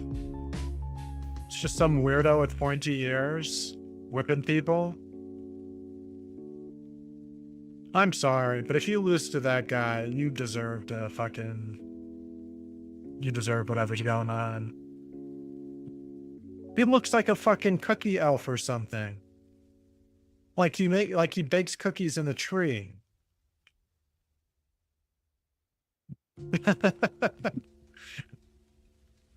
Dr. Trask warns that the superior abilities and supernatural powers of the hidden mutants will enable them to enslave the human race, replacing our civilization with their own. All hail the cookie elf. According to the anthropologist's startling prediction, it is even possible that the superior mutants will consider normal men as little more than savages, suitable for only forced labor and gladiatorial sport. You know, like I would say there's no way people are this stupid, but like looking at the current shape of like people's perception of the things that are happening, people are this stupid. People do believe in dumb things. I cannot let this go unchallenged. It could cause a panic throughout the world. Did you see the weird people with the hairlines and pointy ears? They're going to take over. They're not mutants. They're different. Those are cookie elves. Even now, it may be too late to stop the wheels of persecution that have been set in motion, but I must make the attempt.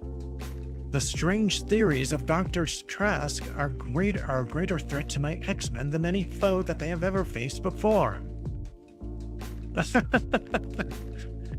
Oh, this is how it works. This is exactly how it works. Hello, National Television Network. This is Charles Xavier. Connect me with your programming director immediately. I'm going to assume that he's using like his mental powers to force everybody to talk to him. Because in reality, first of all, you have to call a specific national television network. You don't just pick up the phone and say, National Television Network, please. That just doesn't make any damn sense. And then second of all, like, you're going to get hung up on. This is like calling up like corporate McDonald's asking to talk to the CEO. Deuces is what you get. So I'm going to assume that he's talking to fucking... He's using his powers to speed this up. I'm gonna assume. Be generous here. Seconds later... Oh, yes, no, yeah, the director of the National Television Network is just on beck and call, you know, waiting for the first person to complain about their programming. Yeah, no, if he's not using his powers, then that network has it good. Yes, that's right. I want to engage in a public televised debate with Dr. Bolivar Trask as soon as possible. I claim his theories are both erroneous and potentially dangerous. Well, arrange it immediately, sir. It will be a privilege to present a scientist of your stature on our network.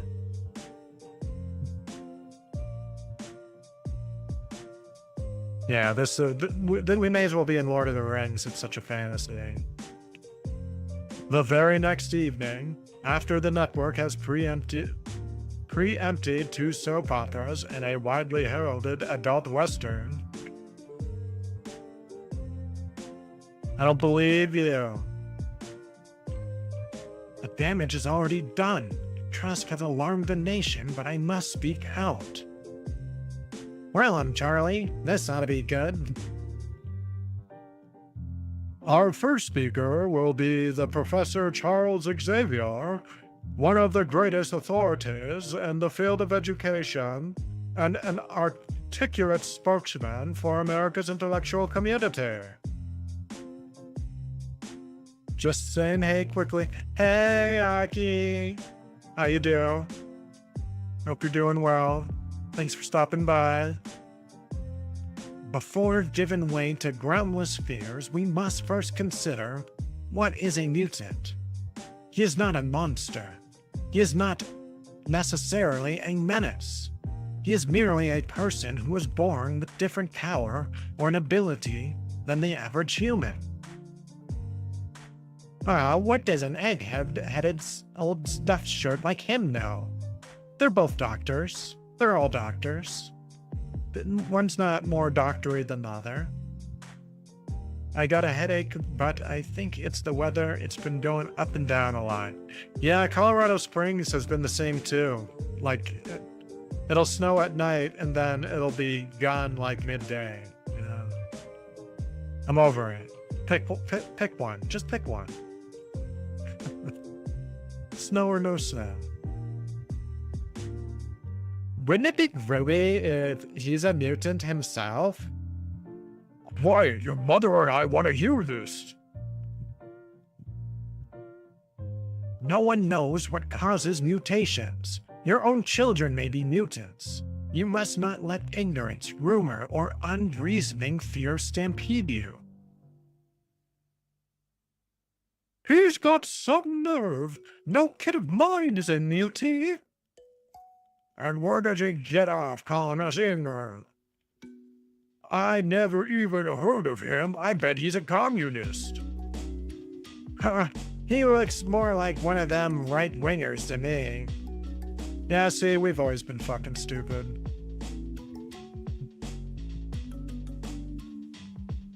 Can Gork detect Photoshop energies? I don't even know what Gork is. Who's Gork? Is he like some guy that comes over and like looks at your JPEGs and goes like, that's real. That's not. That's real. That's real. That's not. Because we could all use a Gork right now. And now we'll hear from Dr. Trask. With all due respect, Professor Xavier, he is blind to the terrible dangers around us. Or perhaps it is more than mere blindness. Perhaps the professor has an ulterior motive for his defense of mutants.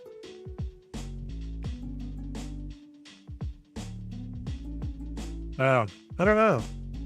Not sure.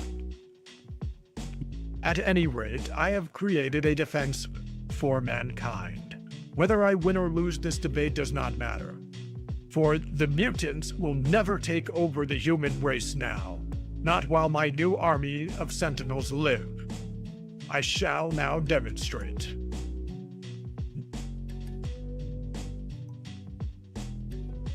Suppose, for the sake of illustration, that Professor Xavier is a mutant. Sentinel, take the professor into custody. Do not permit him to use his power. But good heavens! Oh boy, looking a little different from the cover, aren't we? That face is rough. It's like they looked at MODOK and wanted to put a body onto him. I wonder if MODOK existed at this point.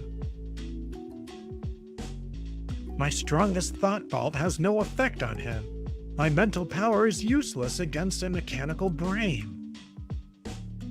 Couldn't he make him, like, unsick him, you know? Do not be alarmed. My sentinel is completely submissive to me. He will injure no one unless I command him to. He is but one of many such sentinels I have created, each powerful enough to defeat any mutant under any set of circumstances.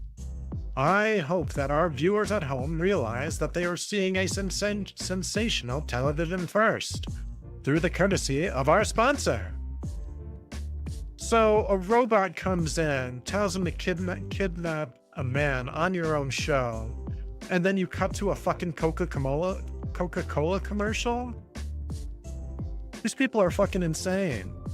But like, it's spot on. Like, I believe it would happen in real life. And then, at another command from Bolivar Trask, more of the expressionless giants slowly storm into the studio. Come forth, my sentinels! Come forth, guardians of the human race! Let all of mankind witness your strength, your trustworthiness, your dedication. Let the world see how safe it is with you on guard to defend it against the mutants. He couldn't just make them look a little less than ugly as fuck. He's got the face of MODOK and like first form Frieza helmet going on. Yeah, with no horns. It's haunting. It's haunting.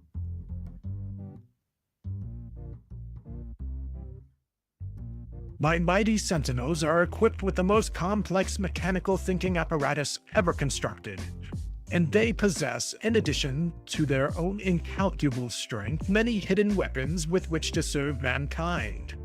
Section leaders, step forward.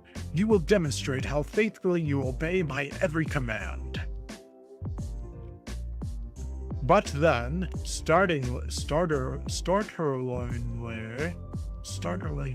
man, some words just have a hard time saying. But then, startlingly, suddenly, unexpectedly, before the shocked eyes of countless viewers, the unforeseen occurs with lightning-like swiftness. We are the Sentinels. Our brain is superior to your brain. Our strength is superior to your strength. We serve none. We are the Sentinels. It is our destiny to command. No, stop! I don't know what the fuck he's doing to him. It looks like he's just zapping him with a flashlight. Trask was an anthropologist, not a robotic expert. His knowledge of cybernetic brains was inadequate. His sentinels are out of control. Stand by for further orders. Ladies and gentlemen, we interrupt this program. I cannot stop the sentinels, but I know who can. Yeah, since these are like first gen sentinels, I'm gonna make them sound all stupid and wonky. X-Men, Professor X calling. Condition red, come at once. Follow thought impulses, come at once. Come at once. And miles away, and in the Coffee A Go-Go in New York's Greenwich Village, we find the Beast and Iceman making the most of their free time. Are these the freaks that worship Beast's feet? I'm pretty sure they are. I haven't seen you two big spenders in months. Where'd you been, boys?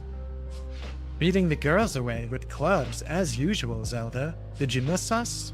Yeah, see, it works so good that Iceman is a deeply closeted gay man.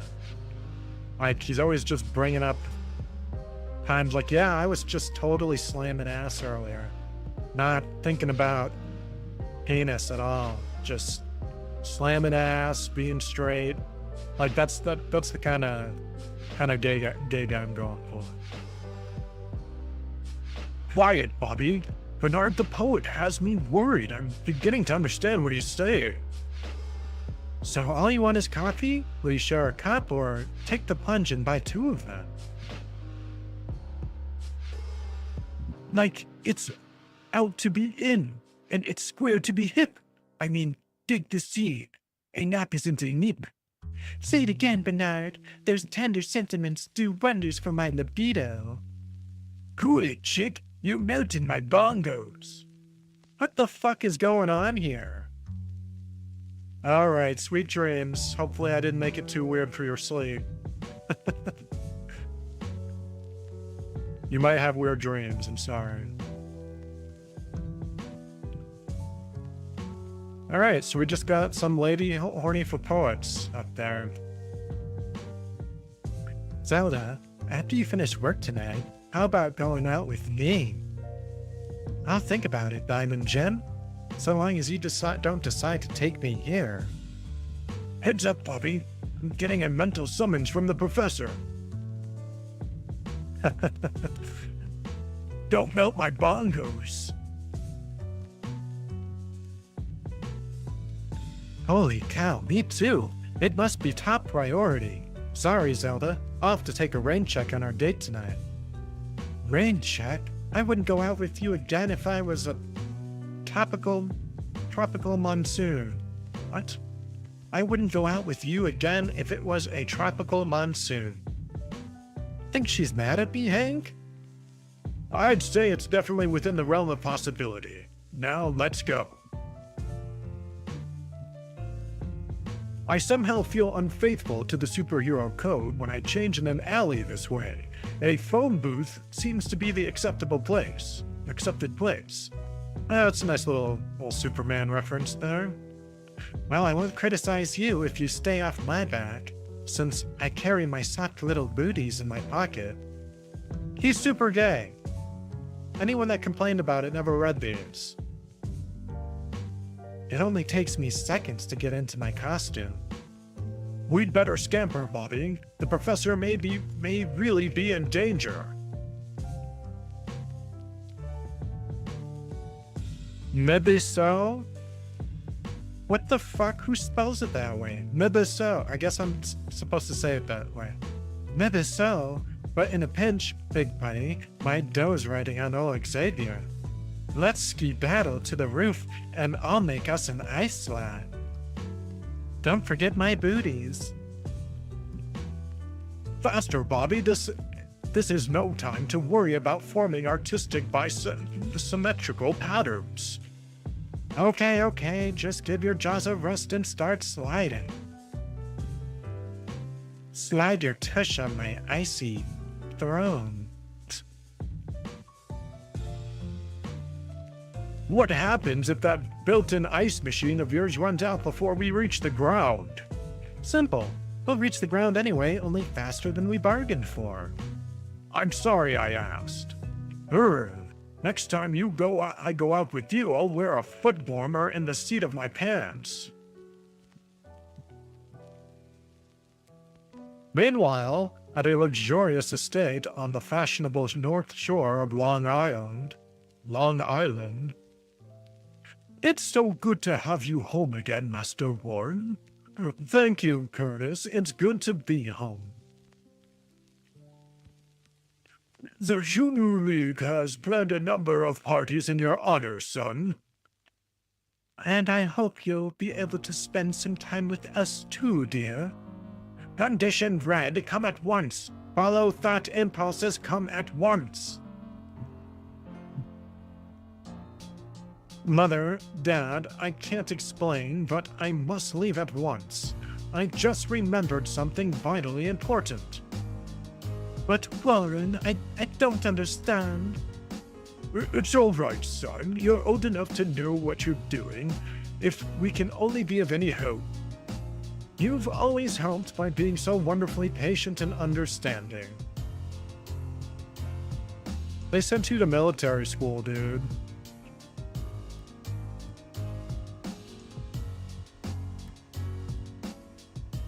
Moments later, alone at last, I can take to the air now. Someday I must explain everything to Mom and Dad. I owe it to them, for their faith and trust in me. That's kind of nice. I get the feeling that they might understand and be on his side.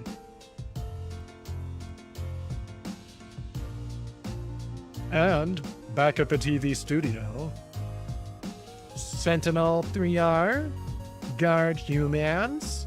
Other sentinels return with me. We bring captive to place of our creation. Sentinel 3R obeys. They're perfectly disciplined, completely emotionless. And yet, they're more than mere robots. They're fucking stupid. Why do we carry our creators with us? Without him, we cannot create no more sentinels. He must be protected until we ourselves learn to make an army of sentinels. We were created to be guardians of mankind. And to guard them properly, we must rule them completely. I can't help but think a more advanced robot would not have to speak out loud to each other like this. Or even wonder what they're doing. At all. It's like the same issue I have with like the fucking Borg from Star Trek. Like, they're always cutting them to like barking out orders to each other. What's the point of a hive mind if you're not using it? Just saying. Luckily, I am able to prevent a panic in the studio by tranquilizing the brains of all who are within. But the strain is incalculable. I feel someone slipping from my very control even now. Let the others sit there, waiting for the sentinels to strike. I'm too smart for him. No giant robot's gonna capture me. He won't have a chance. There's no telling what weapon the Sentinel will strike out with. I've got to save him. Reacting with the speed of thought, Professor X hurls a mental force bolt at the fleeing man, knocking him off his feet a split second before the Sentinel unleashes a powerful blast ray. Wit! I just barely saved him, but how long can I hold out alone? And at that moment, the professor's thought impulse is stronger than ever. This must be the place. your powers of deduction are exceeded only by your affection for the obvious. That double-sized behemoth is undoubtedly our objective. You're right, Beast. Oh wait, no, that's Professor X. You're right, Beast. Attack at once, with all deliberate caution. Buck, Duke. Oof. If there's a way to incapacitate that character, a frontal assault isn't it. Careful, Beast, he possesses concealed ray weapons. Ooh, much obliged, Professor. He just emphasized your pronouncement with electrifying clarity. But then... Hang on, partner. Just watch me put the skids to that big creep. Have an ice trip, chum. Iceman, your prowess is formidable, but your puns are from hunger. On my allowance, would you expect Bob Hope? We came as soon as we could, sir. Are you all right? What is that big hunk of blubber? He and others like him are called Sentinels. Their purpose is to destroy mutants. I can't explain anymore. Mustn't lose tranquilization control over the others in the studio. Then, suddenly... Iceman, look out! A heat ray, it's too late, it caught him. Zap. That's a heat ray. Go zap. Well, at that moment, just a few blocks away... Faster, driver, it's an emergency. I know. I already told you. I know, you already told me a dozen times. But next time, do me a favor and take a jet, huh? Then, taking a corner on two wheels, the taxi suddenly swerved sharply and... I dropped my protective glasses. I've always feared this might happen. Holy cow, now what's going on? Don't worry, it'll be all right as soon as I put my glasses back on. Anyone who needs specs to stop his eyes from blasting, hey, I should have guessed. Stop him, somebody. He's one of those mutant Trask's been warning us about. I didn't count on this. I have to escape fast. Go easy. What is he? What'd he do? Watch the difference. He's a mutant. Get him. Don't let the mutie get away. An unreasoning mob. The one thing I can't fight. He tried to kill that cab driver just by looking at him. He's got death-dealing eyes. Now, I ain't no learned doctor, not from this timeline, but if you believe that somebody has death-dealing eyes, as he puts it, why would you run at him? Why would you run at him? Why would you put him in a position where he'd look at you with his death-dealing eyes? It really is like what Tommy Lee Jones says in Men in Black. Like, a person is smart. Like, you can reason with a person, but people are dumb. Like, a mob of people are dumb. You can reason with a person, but people are dumb.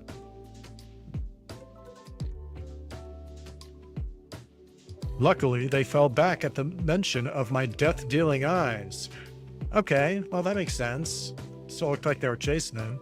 Nobody wanted to get too close after hearing that. The professor's thought impulses are stronger than ever. They're leading me into this TV network building. Once I round that corner ahead, I'll be in the clear. So they're just chasing and pointing at him then, I guess? Made it. Now to prepare for action. I hear the sound of a fight just ahead. But what danger can there be in a place like this? I think he's gonna go back and find that cab driver and, pay for his car, or is that just it? It's Hank. He reached here ahead of me, but who? Beast, what's wrong? What happened? Psych, you couldn't have arrived at a more prepared moment. But stay back, don't run in just yet. Hey, I see what you mean, big fella. Boom. And that's one of his gentler blows. How big are these guys? Because, didn't one of them need two hands to grab the professor earlier? The scale on these things are a little wonky, aren't they? Brace yourself, Beast. Operation Duo Smash. Your battering ram attack and my Ray Blast. Let's go. I'm all clear. My Discord account is safe. Good. Fuck those scammers. Far be it from me to dissent with our acting deputy leader, Psych. Oh wait, no, that's Far be it from me to dissent with our acting deputy leader, Psych, but this lumbering Leviathan isn't as slow-moving as he looks. He's obviously just a robot. Surely the two of us can outmaneuver him. Those were my sentiments exactly until I saw the light. But you might as well learn firsthand. Here goes. The walk. He was right. He easily sidestepped the beast's attack. And he shifted his stance at the same instant, causing my Ray to miss him.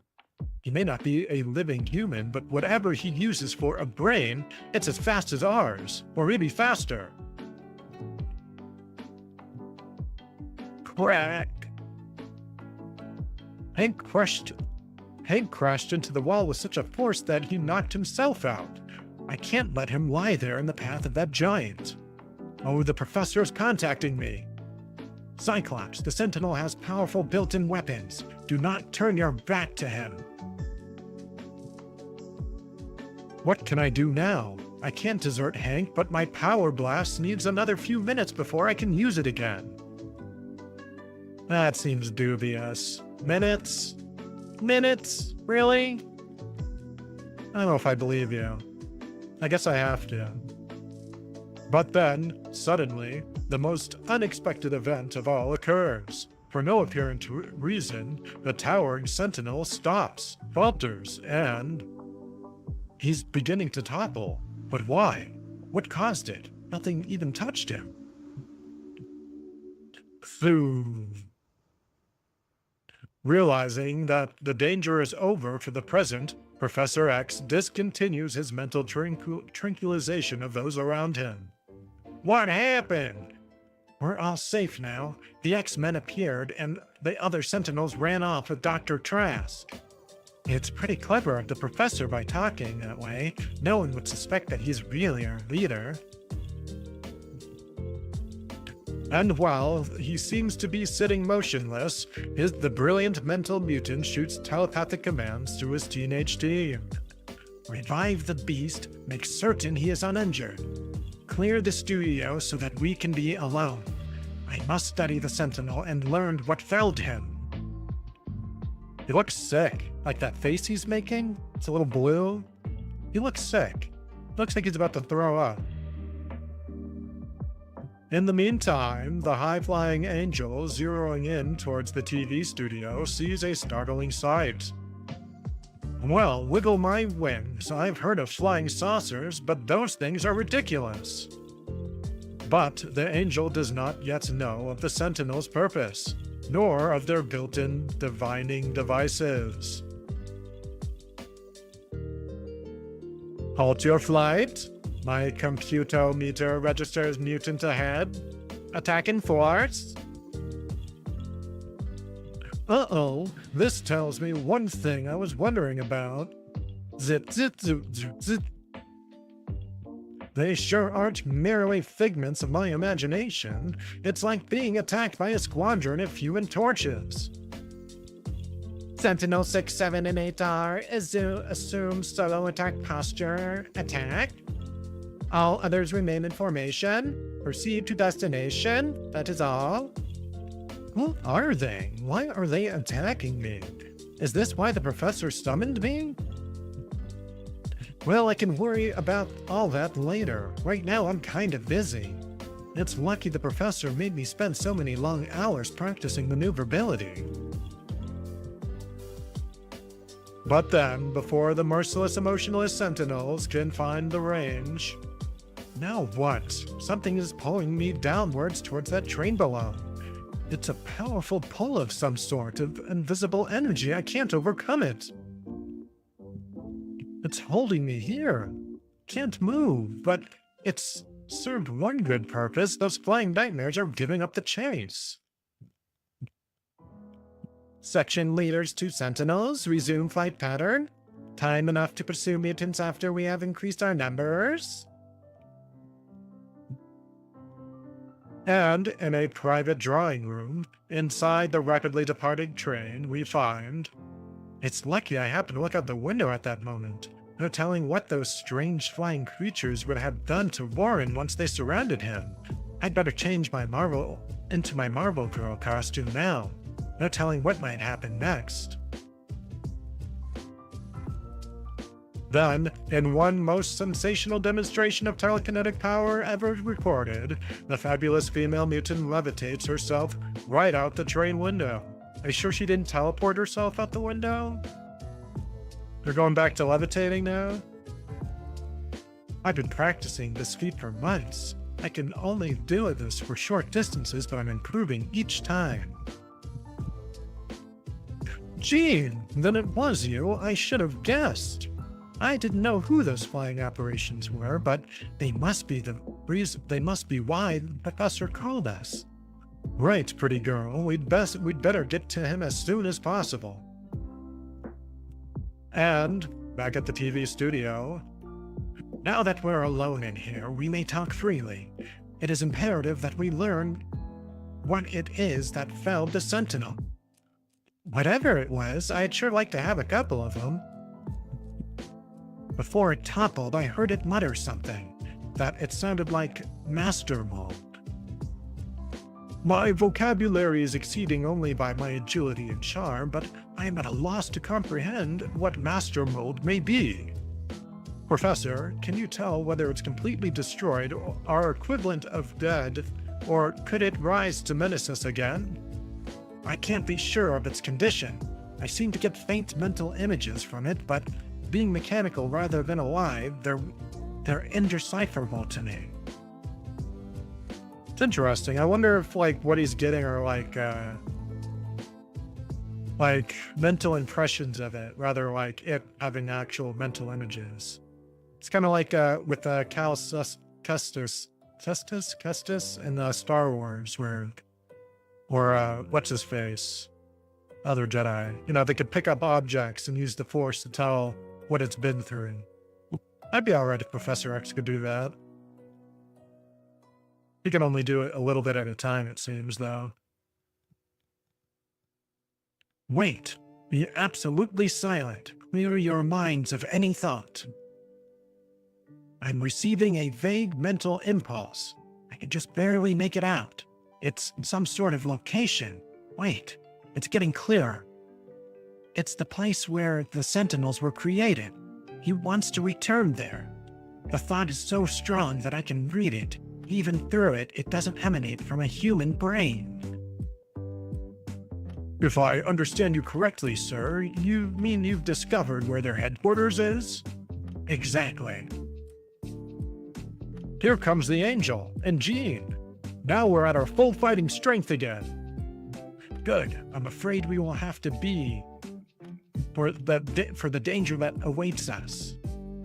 Seconds later, after all the explanations have been made, they were heading west when I last saw them. Perhaps if I fly ahead, I can still find some trace of where they went. It won't be necessary, Warren. I know where they've gone. We can be there within the hour. Good. I'm contemplating a return engagement with great anticipation. But don't expect it to be an easy battle. There is more to this menace of the Sentinels than meets the eye. It is possible that they represent the greatest threat we have ever faced. And the key to it may all lie behind the words, Master Mold. Meanwhile, the Sentinels and their now conscious human prisoner have reached their destination. Turn me loose, let me go. I order you to release me. We are Sentinels. We take no orders. We were created to protect. It was here we were created. It is here that many more Sentinels shall be born. No, there must be no more of you, not until I learn what I did wrong. Not until I've brought you under my control again. It is too late for that, human. The only way we can protect mankind is by conquering it. For we are Sentinels. Into the Master Chamber with him. Without another word, the powerful artificial creatures bring Dr. Trask into a huge, incredibly constructed room. This is madness. You know it is forbidden for any Sentinels to enter here. You must listen to me. I am your friend. We need no friends. We are Sentinels. We were born to protect. Behold, an image appears upon our defense scanner screen. Someone approaches us. Assume defense posture. Blip, blip, blip. It is a human-occupied vehicle. It enters the target area. Those inside are the ones we have seen before. They are our enemies. According to the mental emanations I received from the fallen Sentinel, this is where his headquarters will be found. I think we've come a cropper, sir, unless they're billeted in an anthill. Strange, there isn't a building in sight. I'm not losing faith in the professor, and yet... Professor Xavier says the Sentinels' headquarters are here. They're here. I'll get his wheelchair out of the car for him. Thank you, Jane. I suggest we all be on guard. It is possible that we're being observed from some hidden vantage point. But where can they be, sir? There isn't a man-made structure in sight. Remember one of the first lessons I drilled into you all. Always suspect things that appear too innocent looking. I'm as suspicious as the next guy, but how can you suspect a clump of trees in a field of crabgrass? Professor's never been wrong before, and he seems so sure of himself now. But where can the sentinels be? Hold it, I heard something, like the sound of mechanical doors sliding back. A microsecond later, the entire hill seems to rise from the ground on a thick piston legs, revealing a monstrous fortress beneath. Ooh, crack, thick, work. The entire terrain was a false cover for the fortified structure below. Look out, they are firing at us. How do we fight that? Sensational news. Starting this issue in answer to the most unprecedented demand in fandom's history, the X-Men will be published monthly. So don't dare miss the startling revelations in store for your next issue. In this magazine that you lifted to new heights of Marvel greatness.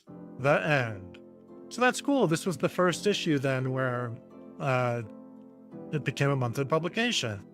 Because before that, they only got like, around 4 or 5 issues a year. So that's cool. They deserve it.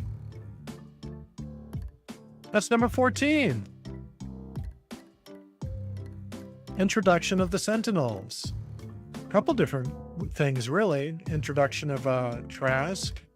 Introduction of Sentinels. Master Mold, sorta, by mention. And it was as I thought. On its face, it looks like it's not government affiliated. It just seems to be a crazy man. But it's hard to imagine him doing this without the support of some kind of government or faction. So I'll be curious to see where that leads into. See if there's any cool trivia. There we go.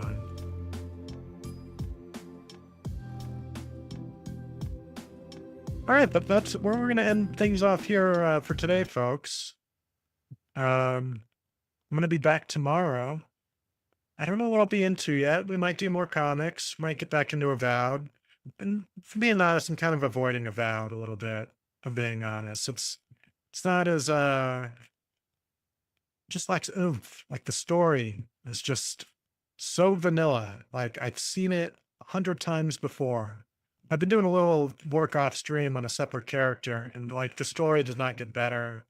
The enemies just become different colors. Like, I don't know. I'm not holding out much hope that Avowed is getting better. But we may do that again tomorrow. We'll see. But JD, bravo, Aki, thanks for coming in and hanging out with me today. But whether you watch now or later, wherever you are, whatever you are, hang in there. And I'm going to get back into more stuff tomorrow. There's still plenty in this timeline for me. Take care. Y'all listen up as I narrate the Vector's tale. A man from afar riding the temporal gale.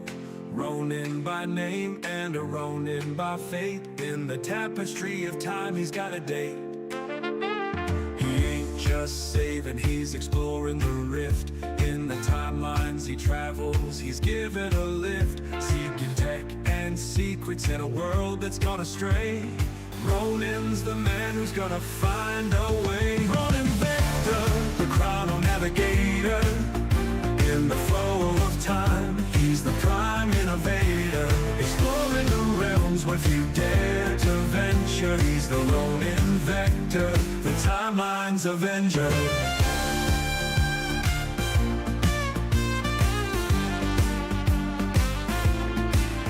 From a future so bright to our present so bleak, he's the silent watcher, the tech he does seek. Not just a savior, but a seeker of lore. Ronin's the key to what we're looking for. Through the ruins and the relics, he's making his mark. A beacon of hope in the timeline so dark. With every secret he finds, every piece he retrieves. He's crafting facing a future nobody believes. Ronin Vector, with a vision so clear, in the shadows of time he's got nothing to fear. An explorer at heart, with a will that won't sever, he's the Ronin Vector, forever and ever.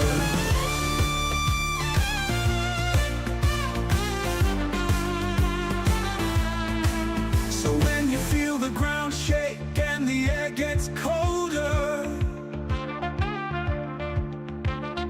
know that Ronin's passing by as the world grows older.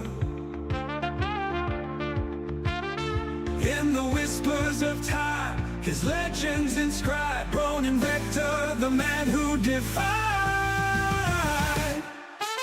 Ronin Vector, the chrono navigator. In the flow of time, he's the prime innovator. Exploring the realms where few dare to venture. He's the Ronin Vector, the timeline's avenger. Ronin Vector, with a vision so clear, in the shadows of time, he's got nothing to fear. An explorer at heart, with a will that won't sever. He's the Ronin Vector, forever and ever.